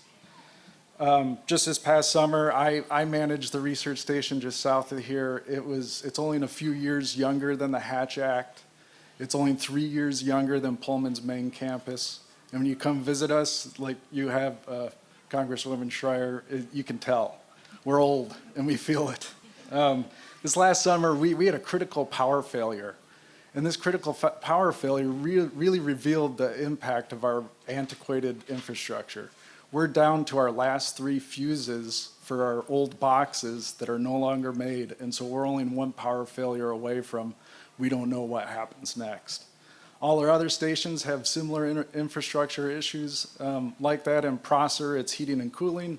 During the heat dome last year, they were unworkable in those conditions. We have steam leaks in Wenatchee, and it's really inhibited our ability to modernize these facilities, not only keeping up with our deferred maintenance. So thank you again for your continued support of Washington State University specifically, and thank you for hosting this in your region. Thank you. Thank you so much for coming over here today. I'm Bobby Lindenmulder. I am the program director for our agricultural program at Snohomish Conservation District. I've been in conservation for 25 years, helping landowners and private landowners trying to be and be successful in agriculture. The Farm Bill has been a huge part of that success, along with our partners with the Conservation Commission and NRCS. I've also, from this valley, I'm a grass-fed producer, so welcome to my valley. I've also participated in Farm Bill for EQIP and conservation programs, and it has saved our farm. When you think of Farm Bill, it has long-reaching impacts, and you can tell by the people in the room the importance of it. Not only the importance of maintenance of it, but the increase in development as we go along a way to address the different things. I want to talk really specifically about EQIP, voluntary incentive-based programming for agriculture, where people have to be really responsive and reactive and can't always just take the time to plan 3 or 4 years out, that sometimes going through a Farm Bill process can take, whether it's staffing issues, engineering issues, bottlenecks along the way, red tape, bureaucracy. It takes a while to get through public programs and things like that. And I would love to come to a way to where we can have a landowner who's at the door ready to join the effort moving forward for water quality improvements and conservation, as well as agricultural sustainability, to get them through the door sooner than 2 or 3 years down the road. Also, really important is I would love to see some permitting opportunities and regulation alternatives written into the Farm Bill to help landers through the process for BMP implementation, where we're seeing, especially in the floodplain farming, where it's very difficult, that almost all the permitting and regulations cost more than the implementation of the project. Thank you. There seem to be 5 people in this list, so I'm not sure, want to make sure that we're all the right people in the space here, because there were 5 people in line. Okay, good. Anyway, hi, my name is Mary Purdy. Purdy, not Purby, but that sounds like a fun last name too. And I am an eco-dietitian here in Seattle. I'm faculty at Bastyr University and on the governing council of CORA, which is the Coalition for Organic and Regenerative Agriculture. And I teach ecological aspects of nutrition as well as human nutrition and nutrition principles. And I bring the clinical nutrition and human health perspective and expertise here. I want to request that we increase, or that you increase research and education as well as access to regenerative farming techniques, organic farming techniques, and increase incentives for more environmentally friendly practices. There's a large body of evidence that demonstrates that crops that are grown using these kinds of agroecological practices increase a micronutrient density of many plants, increase the phytochemicals. These are those protective compounds that are found in plants that help to prevent and address disease, and that the excessive use of agrochemicals reduces biodiversity, that affects human health, affects climate change, impacts soil health, reduces the ability of soil to be resilient to drought and flooding, increases micronutrient density of that soil. The runoff from those chemicals can affect communities. Very often these are marginalized communities, communities of color. There's pollution from these agrochemicals also affecting communities of color and marginalized low-income communities. These are producing greenhouse gases, which we know are contributing to our climate crisis, and of course affecting wildlife and pollinators. And as we know, pollinators are responsible for about 1/3 of every bite that you take on your plate. So please consider these regenerative agricultural techniques, making them more accessible to people so that we can create a food system that not only supports our climate, our environment, but also supports the human health perspective. Thank you so much. Thank you, Representative Schreier and Representative Plaskett, for having us today. I'm really excited to come and talk to you about opportunities facing or to help small-scale farmers in our area. My name is Ansley Roberts. I'm the farm manager at 21 Acres. We are a nonprofit focused on climate action through education on local food systems, agroecological land stewardship, and green building. We operate a small agroecological farm in Woodinville, Washington, that grows primarily mixed vegetable crops in the Sammamish Valley Agricultural Production District. And I'm testifying today because we believe that small farmers should be more robustly supported in our next iteration of the Farm Bill. In the height of the COVID-19 pandemic, regional small-scale farmers rushed to fill the void created by disruptions in our industrial food system to both keep their businesses afloat and to address food access in their communities. Small farms are a vital part of our local economies and create an accessible route for more beginning, young, and diverse farmers to enter into the profession. And yet, from 1995 to 2020, 78% of the $187 billion in federal funding for farmers went to the top 10% of farms. Not investing in our small farmers is a lost opportunity to support their ongoing work towards climate mitigation and food security. There are many ways that we can support our small farmers in the next Farm Bill, including intentionally centering historically oppressed groups such as BIPOC, women, and queer farmers who represent a large portion of our next generation of farmers. This can be achieved by increasing funding to the 2501 grant program and eliminating or reducing matching funds needed to apply. We can also adapt all of our USDA programs to work for smaller scale farmers, including moving away from acreage-based payouts for NRCS programs, increasing funding for FSA microloans, and then also we want to have a focus on increasing funding for technical assistance, research, implementation, and sustained funding for regenerative farming practices, and also creating a federal equivalent to California's Healthy Soil Initiatives. Lastly, I just want to say we want to stop paying industrial farms to accelerate climate change, and investing in small farmers means investing in young farmers' success, climate change mitigation, and food access for all. Thank you so much. Thank you. Joe Gruber, Nick Webster, Aaron Shaziski, Kristen Ang, and Kat Morgan. Joe Gruber, Nick Webster, Aaron Shaziski, Kristen Ang, and Kat Morgan. Thank you. Hello, Madam Chair and Congresswoman Schreier. Thank you for coming to King County, ancestral land of the Coast Salish peoples, including the Duwamish. My name is Joe Gruber, and I'm Executive Director of the University District Food Bank in Seattle. Our food bank supports community members from across Northeast Seattle, about 2,000 households every week. Our work is about improving food access for our neighbors who struggle.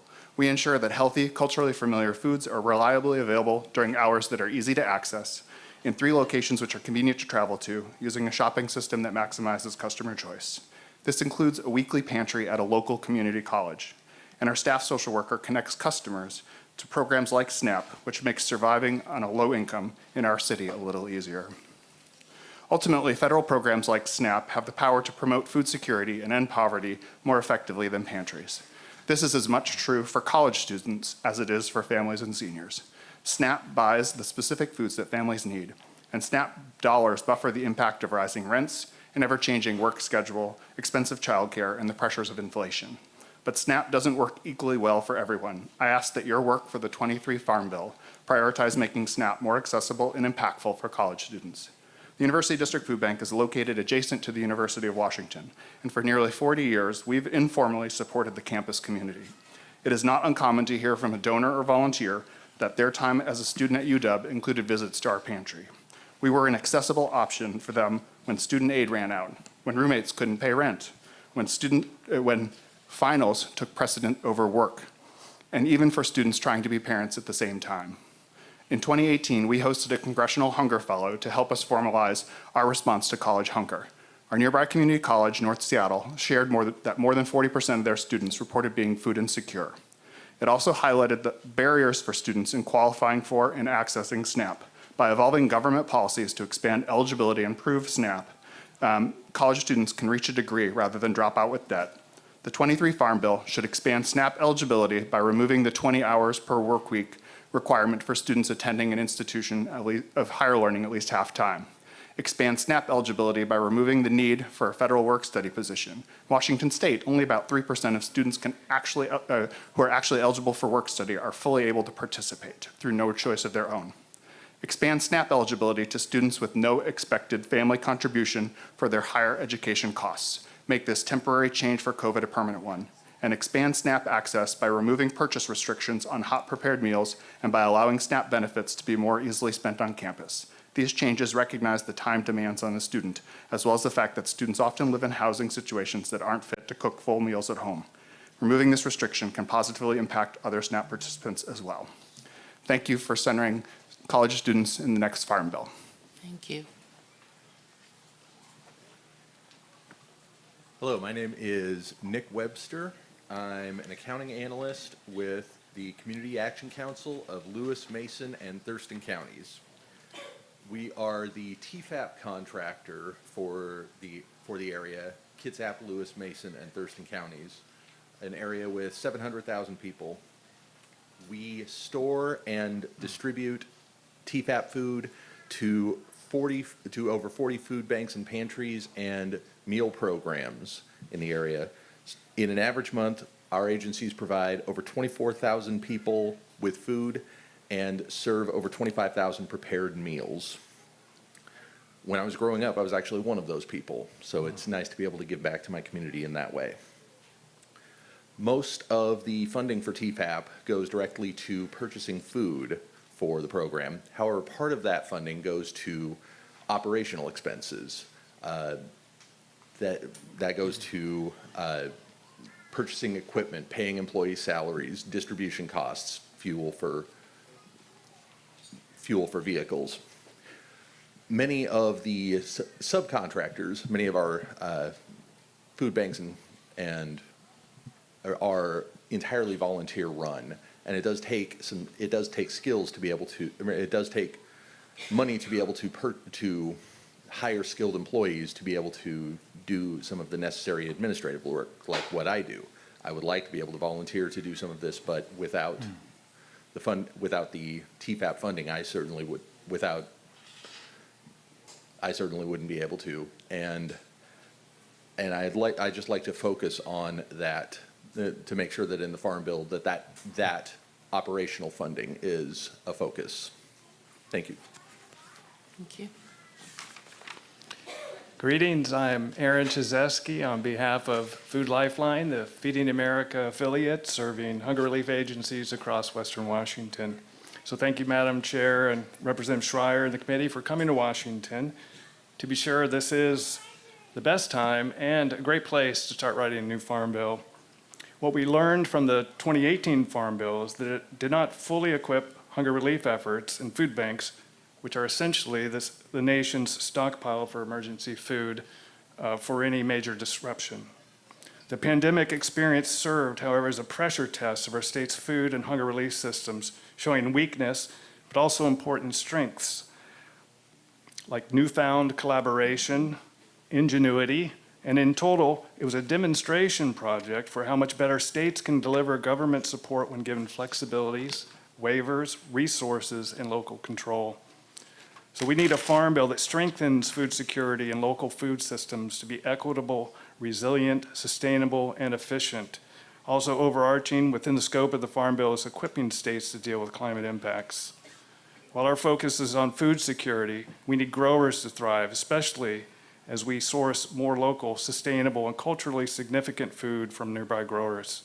Please elevate local purchase through TFAP and any other means as a priority. No contemplation of TFAP, however, is complete without full funding for storage and distribution.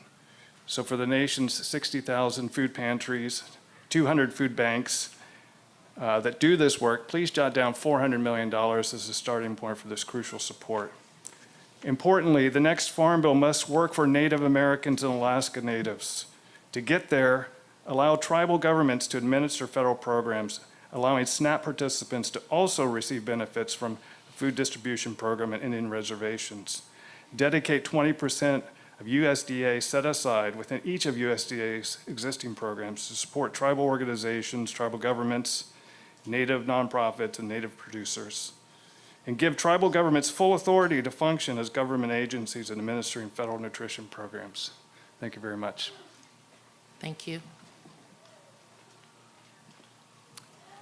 Thank you, Chair Plaskett and Representative Schreier and staff.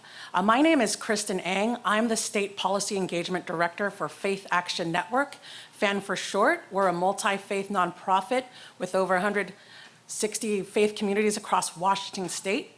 Our faith communities are often frontline serving to food and housing insecure families, individuals, and work closely with immigrant populations.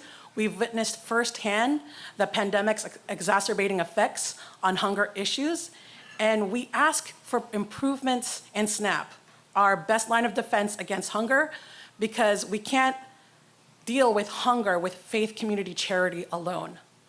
We believe that by increasing access to SNAP, it equals to an equitable economic recovery, more local dollars spent, and financial support for our farmers. Ways for improvement that we see is ensuring more working poor households can enroll in SNAP by increasing the eligibility to 200% of the federal poverty level, which is still very low. We'd also like support for people paying high housing costs, rising rents as we've seen, and eliminate raising the cap on shelter deduction. Our immigrants here are our neighbors. They contribute to our communities and to our workforce, particularly in agricultural. They should not go hungry. And so we would like to see a reversal of the discriminatory policy of prohibiting SNAP to eligible green card holders by repealing the 5-year bar for SNAP, TANF, and Medicaid. Also, housing and food security is essential for reentry, successful reentry. So we also ask for the end on the ban on SNAP and TANF for individuals with prior felonies. We also ask that you understand about the lifestyle and workforce, that SNAP should be able to purchase hot foods and goods, and also to permit more outreach, accessibility of outreach to other federal programs, because we believe you need to address poverty holistically and allow SNAP to do some outreach for other essential services such as housing, employment, because that's what it's going to take to uplift families. Thank you. Mr. Szynski, I just wanted to share with you that there is a movement and legislation in the House that was authored by Congressman Jim Clyburn called 10-20-30, which says that 10% of discretionary funds of all federal agencies should be directed at those communities that have had 20% or higher poverty rates for 30 or more years. We know that areas such as the ones that you're talking about, tribal areas and others, would greatly benefit from that. So thank you for your comments related to that. Chair Plaskett and Congresswoman Schreier, thank you for this opportunity. My name is Kat Morgan. I'm the Associate Director for Puget Sound Conservation for the Nature Conservancy in Washington. We engage in a wide variety of Farm Bill programs, and we'll be developing a policy platform for the entire conservation title. My testimony today will highlight just a few priorities that are especially important to us in Washington State, such as incentives for riparian restoration and protection, improving program delivery, and promoting carbon sequestration. First, we encourage the committee to look at ways to increase voluntary incentive programs for riparian habitat restoration and protection. These are key strategies for recovering endangered salmon, which is critical to tribal treaty rights and to our region's economy and ecology. We urge the committee to explore ways to increase funding and expand program options to improve riparian habitat, increase water quality, and decrease stream temperatures while improving agricultural viability and income to farmers through programs such as CRP and EQIP. This is also an opportunity to examine changes that could increase landowner participation in these programs, such as modifying program design or increasing payment rates. Second, improving program delivery. We urge the committee to look at ways to improve program delivery so that critical conservation dollars can hit the ground efficiently and effectively. There are numerous opportunities to streamline NRCS processes, encourage flexibility, and reduce administrative barriers to landowner participation. Also, in the past several years, NRCS has been severely understaffed in our state. Ensuring adequate staffing for technical assistance and program implementation is critical to seeing these investments reach the ground in Washington. Third, promoting carbon sequestration on forest and ag lands. As we face the climate crisis, we know these lands play a critical role in reducing emissions. We urge the committee to increase funding for all programs in the conservation title that help landowners improve forest carbon, soil health, adaptation, and resilience. Thank you.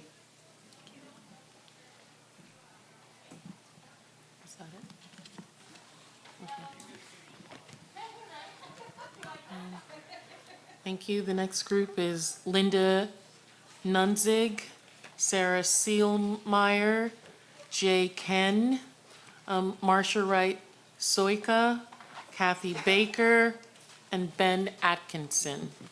Linda Nurzig, Sarah Seelmeyer, Jake Ken, Marcia Wright Soika, Kathy Baker, and Ben Atkinson. Thank you. Good afternoon. I guess it's still morning. Good morning, Chair Morning. Plaskett. Morning. Thank you, Representative Schreier, for holding this today and bringing this important community to Washington State. It's very important to all of us to be able to have a say in the Farm Bureau and in the Farm Bill and to be heard. Snohomish County, which is the county just south of here, is one of the fastest growing counties in the nation. We are seeing other counties like King County, Seattle, moving south, which puts a tremendous amount of strain on our farmland. In some places, it's just up for grabs. But that farmland can't be replaced. We need to be able to preserve that farmland and do it fast. When we do a purchase and development rights program, it takes 3 different funding sources and takes a minimum of 2 years to be able to preserve that farmland. But we don't have 2 years to do it. We need a faster way to be able to come in and get that done. And I believe somebody earlier talked about the ASEP program and the funding for that ASEP program. It's very important. But what are the other ways that we can get in quickly and protect that farmland before it's gone? Snohomish County has one of the fastest rates of new farmers coming into farm. We're not losing farmers, we're gaining farmers. Our farm gate value is increasing with each census. We have people calling every day wanting to know how they can come to Snohomish County and farm. So how do we do that? We have to have the farmland to do it. Secondly, when we do get those new farmers and they're starting their new farm, we need to be able to help protect them with an insurance as well. They can't go to the Farm Service Agency and sign up like we do for corn or we do for soybeans, which we don't grow here, but you know what I mean. So what about them? How do we take care of them as well? My 2 minutes is up, so thank you again. Good morning. My name is Sarah Seelmeyer, and I'm United Way of King County's Senior Manager of Food Security and Benefits Access. I'm speaking today regarding SNAP eligibility, particularly with regards to college students. Students go to college because they want to meaningfully contribute to their communities and the economy, but college students across the country are struggling to afford food and to meet their basic needs. Since 2016, United Way's Bridge to Finish program has partnered with the community and technical college campuses to help thousands of low-income students get the financial supports they need to stay in school. While SNAP is the foundation of our country's food security safety net, eligibility requirements for college students are complex and inequitable, as college attendance isn't considered the same as work for the purposes of determining eligibility. We have worked with countless students who are denied SNAP benefits because they are not able to work 20 hours per week while also attending school full-time and fulfilling other responsibilities like childcare or elder care. We've worked with students who are only eating 1 meal a day to save money or who are buying groceries using high-interest credit cards because that's their only option. These patterns are widespread. In 2019, research by the Hope Center showed that less than a third of food insecure students in Washington received SNAP benefits. Changes in federal law during the COVID-19 pandemic have alleviated many of these challenges. The temporary exemptions that expanded SNAP eligibility to students who are eligible for work study or have an expected family contribution of 0 have streamlined eligibility, outreach, and enrollment in SNAP for college students across our region. In the Farm Bill, we request that you lower barriers to SNAP participation among college students, including treating attendance at an institution of higher education as the same as work for the purposes of determining eligibility. We appreciate your attention to this matter. Thank you.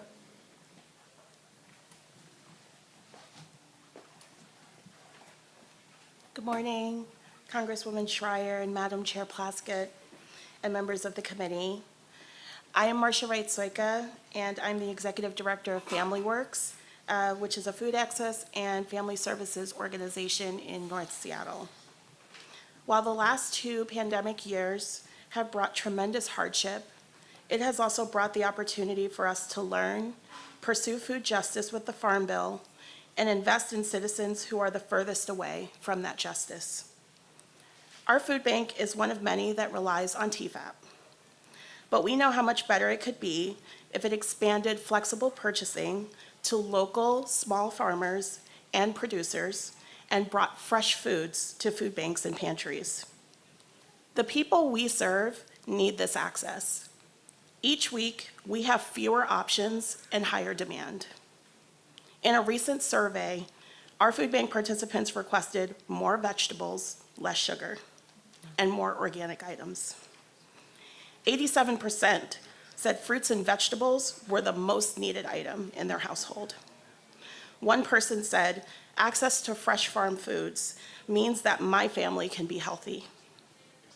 Unfortunately, these choices are taken away from us when we receive canned or bulky TFAP commodities that our program participants cannot use, that are not culturally relevant, that we cannot refuse to accept, that stay on our shelves until they ultimately contribute to waste.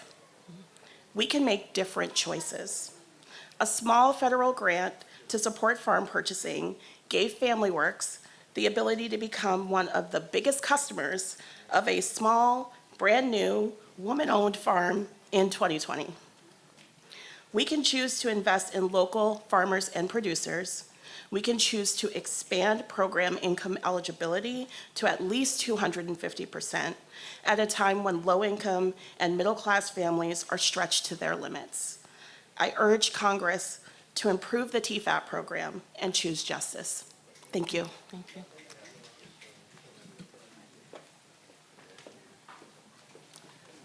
Hi, my name is Ben Atkinson. I live and work in Dr. Schreier's district. I work for the Auburn School District, and I'm also representing the state professional organization of dietitians. I would like the Farm Bill to help connect large organizations like schools, hospitals, food banks, to local farms and producers. I have 2 quick examples of how this has worked in the past.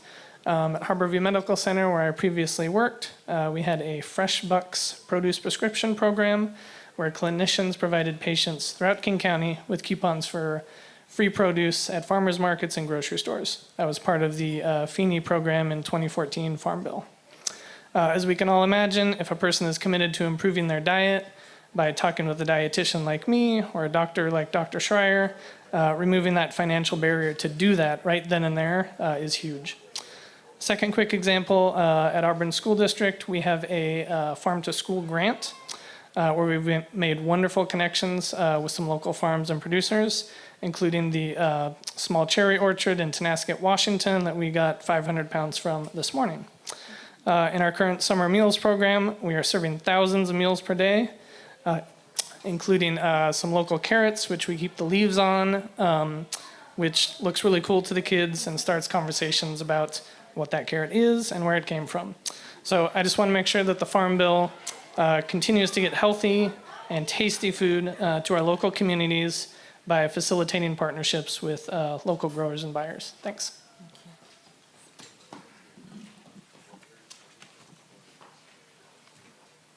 All right, thank you. The next group is Amy Simpson. Yeah, oh, is Ms. Baker? No? Okay. Amy Simpson, Tom Salzer, Thomas Reynolds, Allie Lee, Keaton Hill, I believe. Hey, Amy Simpson, Tom Salzer, Thomas Reynolds, Allie Lee, Keaton Hill. Thank you. Thank you so much. I'm Amy Simpson. I'm the Senior Director of Advocacy and ESG for PCC Community Markets. We are a community-owned food cooperative in the Puget Sound region with 16 stores. And our mission is to ensure that we are supporting our communities with good food while we cultivate a vibrant local and organic food system. It is essential in this next Farm Bill that we continue to support our organic producers and the certification system that we have there. That is something that as a retailer we rely on so that we know that we are being transparent and have verified practices when we are trying to say, hey, we're supporting climate smart agriculture, we're supporting things that don't harm our salmon, we're supporting ways that we know look out for biodiversity and everything that we know our consumers care about. To do that, we recommend a few items in this next Farm Bill.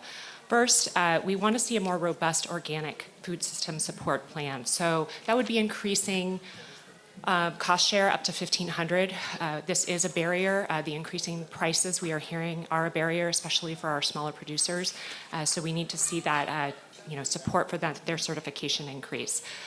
We also would like to see better technical assistance, and we'd like to see that done through collaboration between land-grant universities, nonprofits, being able to provide more mentorship and technical assistance to our organic farmers.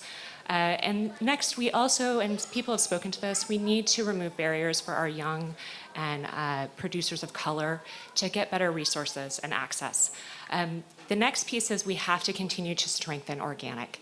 And for that, we do support legislation that would put in place a process to have more transparency and better timelines to take NOSB recommendations into rulemakings and continue to make sure that organic responds and grows as we learn more about what we need to do for our climate smart agriculture. Lastly, everyone deserves access to good food, so please continue to expand SNAP benefits and make sure that organic is a part of that. Thank you. Chair Plaskett, Congresswoman Schreier, thank you for having this today. My name is Tom Salzer. I'm the Executive Director of the Washington Association of Conservation Districts. We serve as the voice of 45 local conservation districts who deliver conservation on the ground every day in Washington State. So thank you for having us today. I rise very briefly to reinforce the 11 Farm Bill priorities that, if you haven't heard, you will heard from the National Association of Conservation Districts. WACD is a member of NACD, and we support that. I also want to touch very briefly on equity. Equity is a huge issue in our farming and ranching communities, and we must find ways to uplift underserved communities and farmers without reducing services to our existing traditional farm base. There is fear out there in our farming communities that this focus on equity is going to somehow harm our traditional large and small farmers. It's not about large and small. It's about bringing resilient, safe food systems accessible to everyone in our state. So with that, thank you. Thank you. Thank you, Madam Chair. Thank you, Congresswoman Schreier. I'm Thomas Reynolds. I'm the CEO of Northwest Harvest. We are growing food justice through collective action. Many people have already talked about SNAP. I'm not going to say much about it, but SNAP reduces food insecurity. Gains in SNAP is a reduction in the indignity and the psychological worry of not knowing how you're going to feed yourself and how you're going to feed your kids. But let me talk about small farmers here in Washington State. 29,000 of our farms, orchards, and ranches are operated as family farms. And as an organization who distributes fresh fruits and vegetables across the state of Washington, I'm concerned about the long-term vibrancy of our farm families here in Washington. We are just nearing the completion of a largest of its kind distribution center in Yakima. I want to make sure that the farm families around us are able to be strong and successful and able to practice their craft for generations into the future. I'd like to see financing mechanisms that work for farming families. I was talking with a farmer in Yakima on Monday, and they were describing how from the time that they buy inputs and they plant their crops and the time that they're sold or they receive their funding for those crops is 18 months. Surely the Farm Bill can begin to think about financing options that make sense for small farmers. I also want to just talk about the need for appropriate technology and appropriate services for farm families around Washington State. Those are also very important options for smallholder farmers. Thank you so much.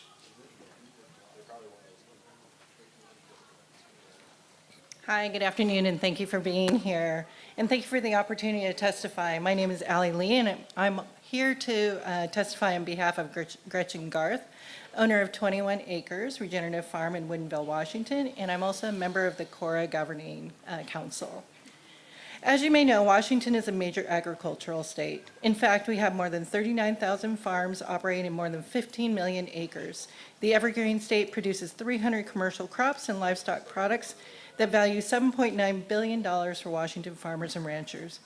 We believe that how we farm and how we power our operations can be a significant climate solution, and ask that the Farm Bill contain enhanced funding to encourage regenerative farming practices, while also reducing the use of fossil fuels in farming operations. Under Title 11, the Federal Crop Insurance Program should be reformed to encourage soil conservation practices.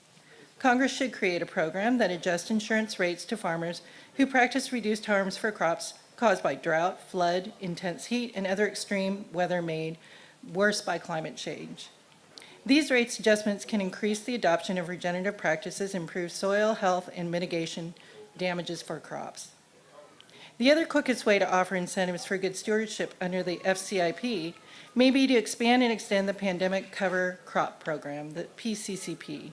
Additionally, we would like to see increased funding for cover of purchase of large equipment such as electric tractors and tool sharing. It's been noted that the 21 Acres staff has found that tool sharing offers an opportunity to reduce costs on the farm and to build community. We ask that Congress please ensure that the program funding be equitable, distributed for small, beginning, and socially disadvantaged farmers. This will help by them making easier pathways for funding. Finally, we ask that there is an increase in funding to provide for electrification, such as for EV chargers, and that is coupled then with an array of solar opportunities. This will reduce energy costs and reduce the use of fossil fuels and contribute to climate change. And I was wondering, Madam Chair and Congresswoman Schreier, if I could read one sentence from a farmer who couldn't make it today. Would that be all right? Thank you. So Ann Schwartz, who is also a part of the governing committee for CORA, she wanted to then ask or request a continued increase for funding for historic organic research funding, OREI, SARE, cost share, and conservation stewardship programs. Thank you so much for your time. Good afternoon, Representative Schreier and Chair Plaskett. My name is Keaton Hilly. I'm an attorney and a partner at a law firm in Bellevue, but in my heart, I'm always a farm kid from Eastern Washington. I grew up in a tiny town, and a lot of the issues that were present when I left home 20 years ago are still being addressed today, so I appreciate all of your hard work and the people who have spoken about that today. But I'm actually here today on behalf of Ducks Unlimited. For those of you who don't know, Ducks Unlimited is the largest waterfowl conservation organization in the world. We have over 1 million members, 3,000 of which reside here in the state of Washington, so I'm honored to be here on their behalf. As it relates to why we're here today, the Farm Bill, Ducks Unlimited is in full support of the conservation programs included in the Farm Bill. They are a key component of the safety net used by farmers and ranchers that both maximize on-farm efficiency and productivity and also maintain the soil health, water quality, and wildlife habitat on their lands. As you probably all know, conservation is in high demand across the country. We and our partners respectfully request that you and your colleagues strengthen support for the most efficient and important conservation programs in the Farm Bill. These include, among others, the programs that support strong wetland and grassland protections. We also support strong funding for making the working lands programs continue to be viable. These include the Regional Conservation Partnership Program, EQIP, which you've also heard others speak about today, the Conservation Stewardship Program. In addition, we'd like to see a robust agricultural conservation easement program. And this in particular, it's worth noting, is in such high demand that the resources just cannot meet the demand. And finally, we want to see continued improvement of the Conservation Reserve Program, which can be done through both expanded grazing opportunities and allowing farmers and ranchers access to that program. In closing, Ducks Unlimited and its members, such as myself, look forward to working with you, Representative Schreier and Chair Plaskett, and the other members of the committee in writing the 2023 Farm Bill. Thank you so much. Thank you. I think at this time we're going to move to closing. We tried to go a little longer. Congresswoman Schreier wanted to hear from more of you. And at this time, I'll turn it over to you, Congresswoman Schreier, if you have any remarks you'd like to give. Thank you, Madam Chair. This has been an incredible listening session for us. I mean, we had well over 100 people here from all different backgrounds: food banks, hunger programs, forestry, farming, dairy farming, ranching, small, large, Ducks Unlimited. You know, this has really been an incredible opportunity for me to hear everybody all at once, and for the chairwoman to hear directly from you. So I want to thank you for coming and for sharing your stories. Please know we will probably be following up with you when it comes time to actually put pen to paper. I wanted to give some very special thank yous. First, to Chairwoman Plaskett for making the journey out to Washington State.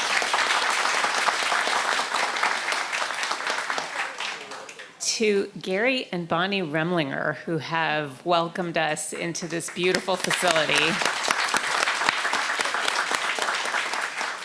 To Cheryl, who did all of the setup for this event, and to everybody else who did the AV and everything else that made this possible. To the Ag Committee staffers who came out, thank you, to help with this event. To the King County Sheriff, here keeping us safe, and it's always nice when they don't really have to keep us safe because everything is good, but thank you for being here. And then last, just on my team, a huge thank you to Gemma, who worked tirelessly to invite all of you and bring you, and to Ari and to Louise, who heads my district office. So thank you.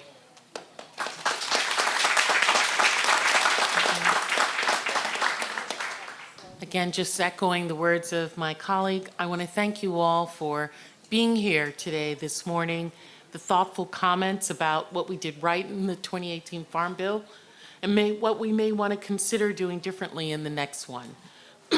Hearing from you here on the ground who are using or having tried to use the Farm Bill program is really invaluable to this review process that we have. You know, I have 8 pages of notes from today, and you know, topics from specialty crop block grant programs, concerns about labor and wages, support for organics, funding for pests and diseases, food access. Over and over we heard that about local supply chain and resiliency.